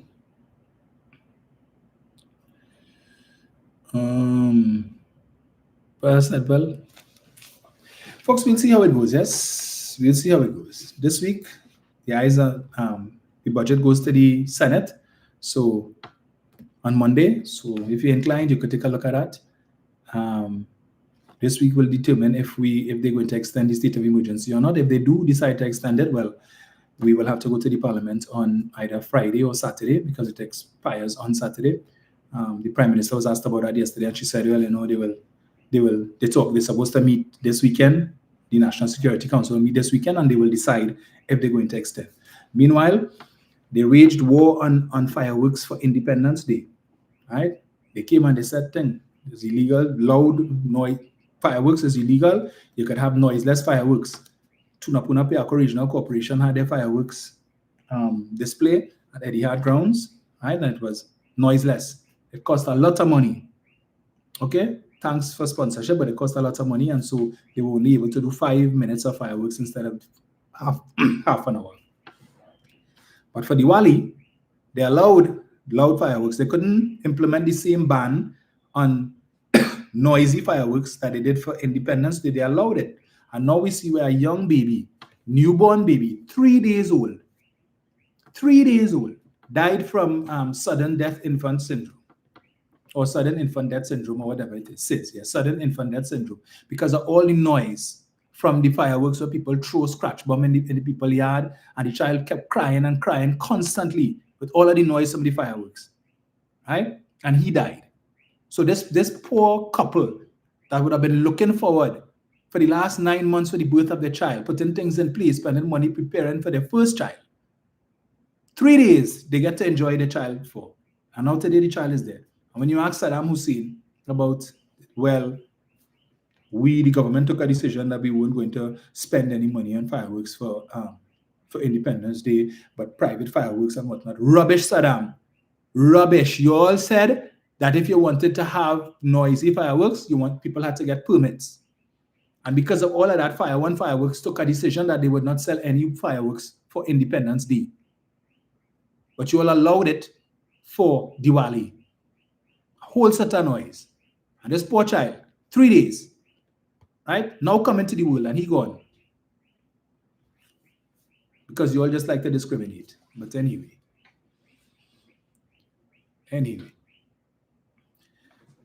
There's only so much, there's only so much the people will take.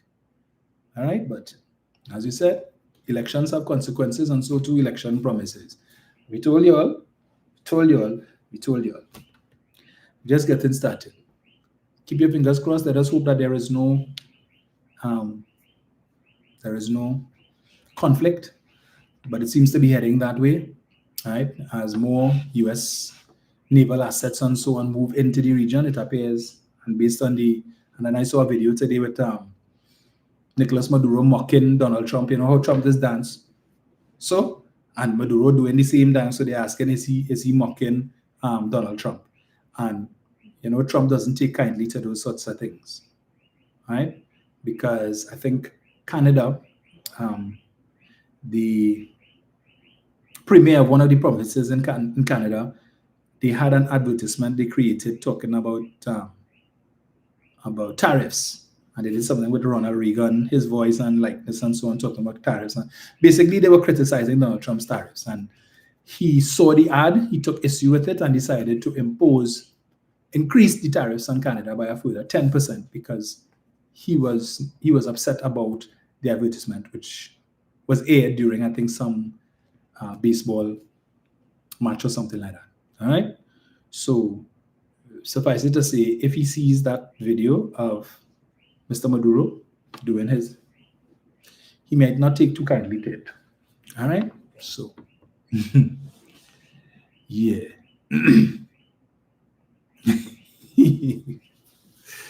Well, just remember, they have 6 months to make things happen with this OFAC license that they got, right? And based on the utterances of Delcy Rodriguez over the last few days, saying that Trinidad will pay for every molecule of gas, and they will soon learn. We will soon learn.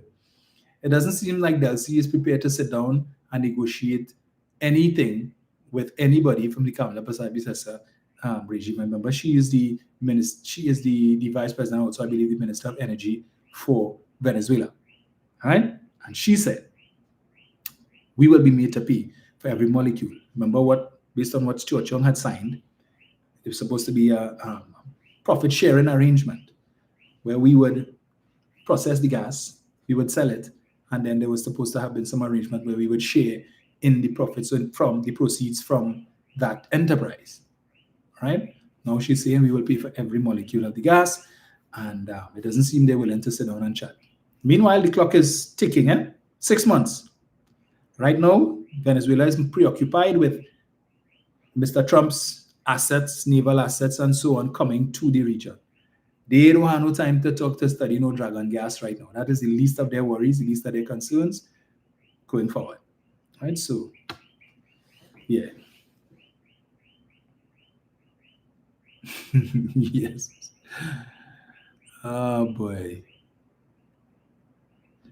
Yes, Victoria is saying the baby died from shock. Yeah, I mean, all that set of old noise, throwing scratch bomb and stuff. If animals are affected by that, we expect for a newborn baby. I know toddlers who were terrified by these fireworks and stuff. While the baby child cry until, yeah, that was it for him. Yes, Desha, I'm very tired. I'm happy that week of penance is over. and I could finally get some rest. Until the next thing that's supposed to come to the parliament is the stand your ground legislation, which they said is going to come before the end of the year. And since we're supposed to go on parliamentary recess, I think first week in December, it means that the stand your ground legislation has to come, if they're still bringing it, in the next couple of weeks. So I am ready for that debate. I've been long ready. So whenever they bring it, yeah, we're gonna have a time. Oh, Lord.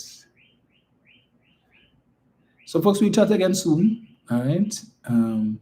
As things unfold, we keep you updated. So Tolly Chopper talk coming from the UNC camp about how we voted against this and we voted against water and we voted against social welfare for the people and so on. No, we didn't vote against that. These are normal things. What we voted against is the cuts in the budget to important things that matter to people. What we voted against is a budget that offers nothing to over 50,000 citizens who lost their jobs and who are now on the breadline. We voted against that.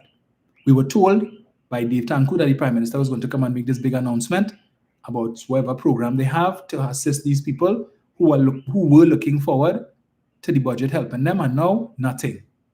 Nothing for them. And they talk about first phase. So when the second phase come in, what are these people supposed to do until you all come up with the second phase? Will that be this year? Next year? What about the children of these people who are now out of jobs? Are we going to see more former CPAP and URP workers taking their lives because they can't find jobs and they can't feed their families? That is what we voted against. We voted against the lies that you all told about a budget with a deficit of 3-point-something billion, when in fact it's going to be closer to 19 billion. Could have a whole bunch of things inside there that you all state that you're going to do, but there is no allocation for it. None. You cut projects, things that the PNM hadn't trained, things that are supposed to save money for the population, take money out of the pockets of the so-called 1%, but you keep any money in their pockets by stopping construction projects, building office accommodation for state bodies. These are the things that we voted against. We voted against the increase in commercial electricity rates, which is going to down, which the average citizen is going to have to end up paying for. So any benefit, those who get in the $1, the reduction of $1 in super, as soon as you drive out the gas station and you drive to the grocery, whatever savings you saved in the gas station, the grocery take it back. Right? Or as soon as you drive home and you open your mailbox, notification from the landlord, increase in rent, he take back the savings, the $200 or whatever it is you're saving every month on super, the landlord take it back. Or you open your mailbox and you get a letter from the bank telling you that the service charges on your account has gone up. Or you get a letter from your insurance carrier telling you that rates have gone up for your car insurance. When you're looking to go and renew your insurance and realize it's gone up because of the levy. These are the things that we voted against. The hypocrisy of the government. That's what we voted against, not what they're telling you we voted against.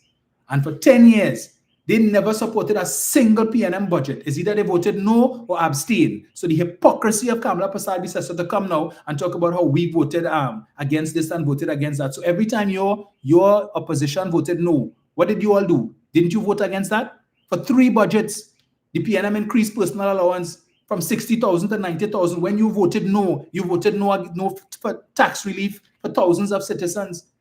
The tens of thousands of citizens who no longer pay income tax. Because Keith Rowley and Colman Burt increased personal allowance 3 times. Each one of those budgets that they increased it, you said no. Did you come out and say we voted against the increase in personal allowance? When the PNM reduced VAT from 15% to 12.5%, you voted no for that budget. Did you come out and say we voted against a reduction in VAT? When the PNM announced there would be no VAT on laptops, computers, cell phones, all of these things, and you voted no? Did you come out and say we voted no against that? No, you didn't. So miss us with that nonsense. When the PNM voted to buy the brand new ferries, that all these people who in Tobago now whining and gyrating all over the place in Tobago, having a good time. And thanks because the PNM bought those 3 brand new ferries that many of them were able to get to Tobago and were able to come back. When the PNM would have put allocations in the budget for that, and you voted no, did you come and tell the people you voted against that? So miss us with your rubbish about what we voted against and we voted against. But the citizens not stupid. Their eyes are open, and all of those who took in the Standing Finance Committee, they have a better understanding of what's in this. This, the great deception. Folks, we will chat again soon. All right, enjoy the rest of your Sunday. Keep safe. If you're going out on the black carpet, since I have some time this week, I'll see if I could probably do another live in between. You know, because the way this government going, never a dull moment, and they never run out of things to talk about. All right, so take care.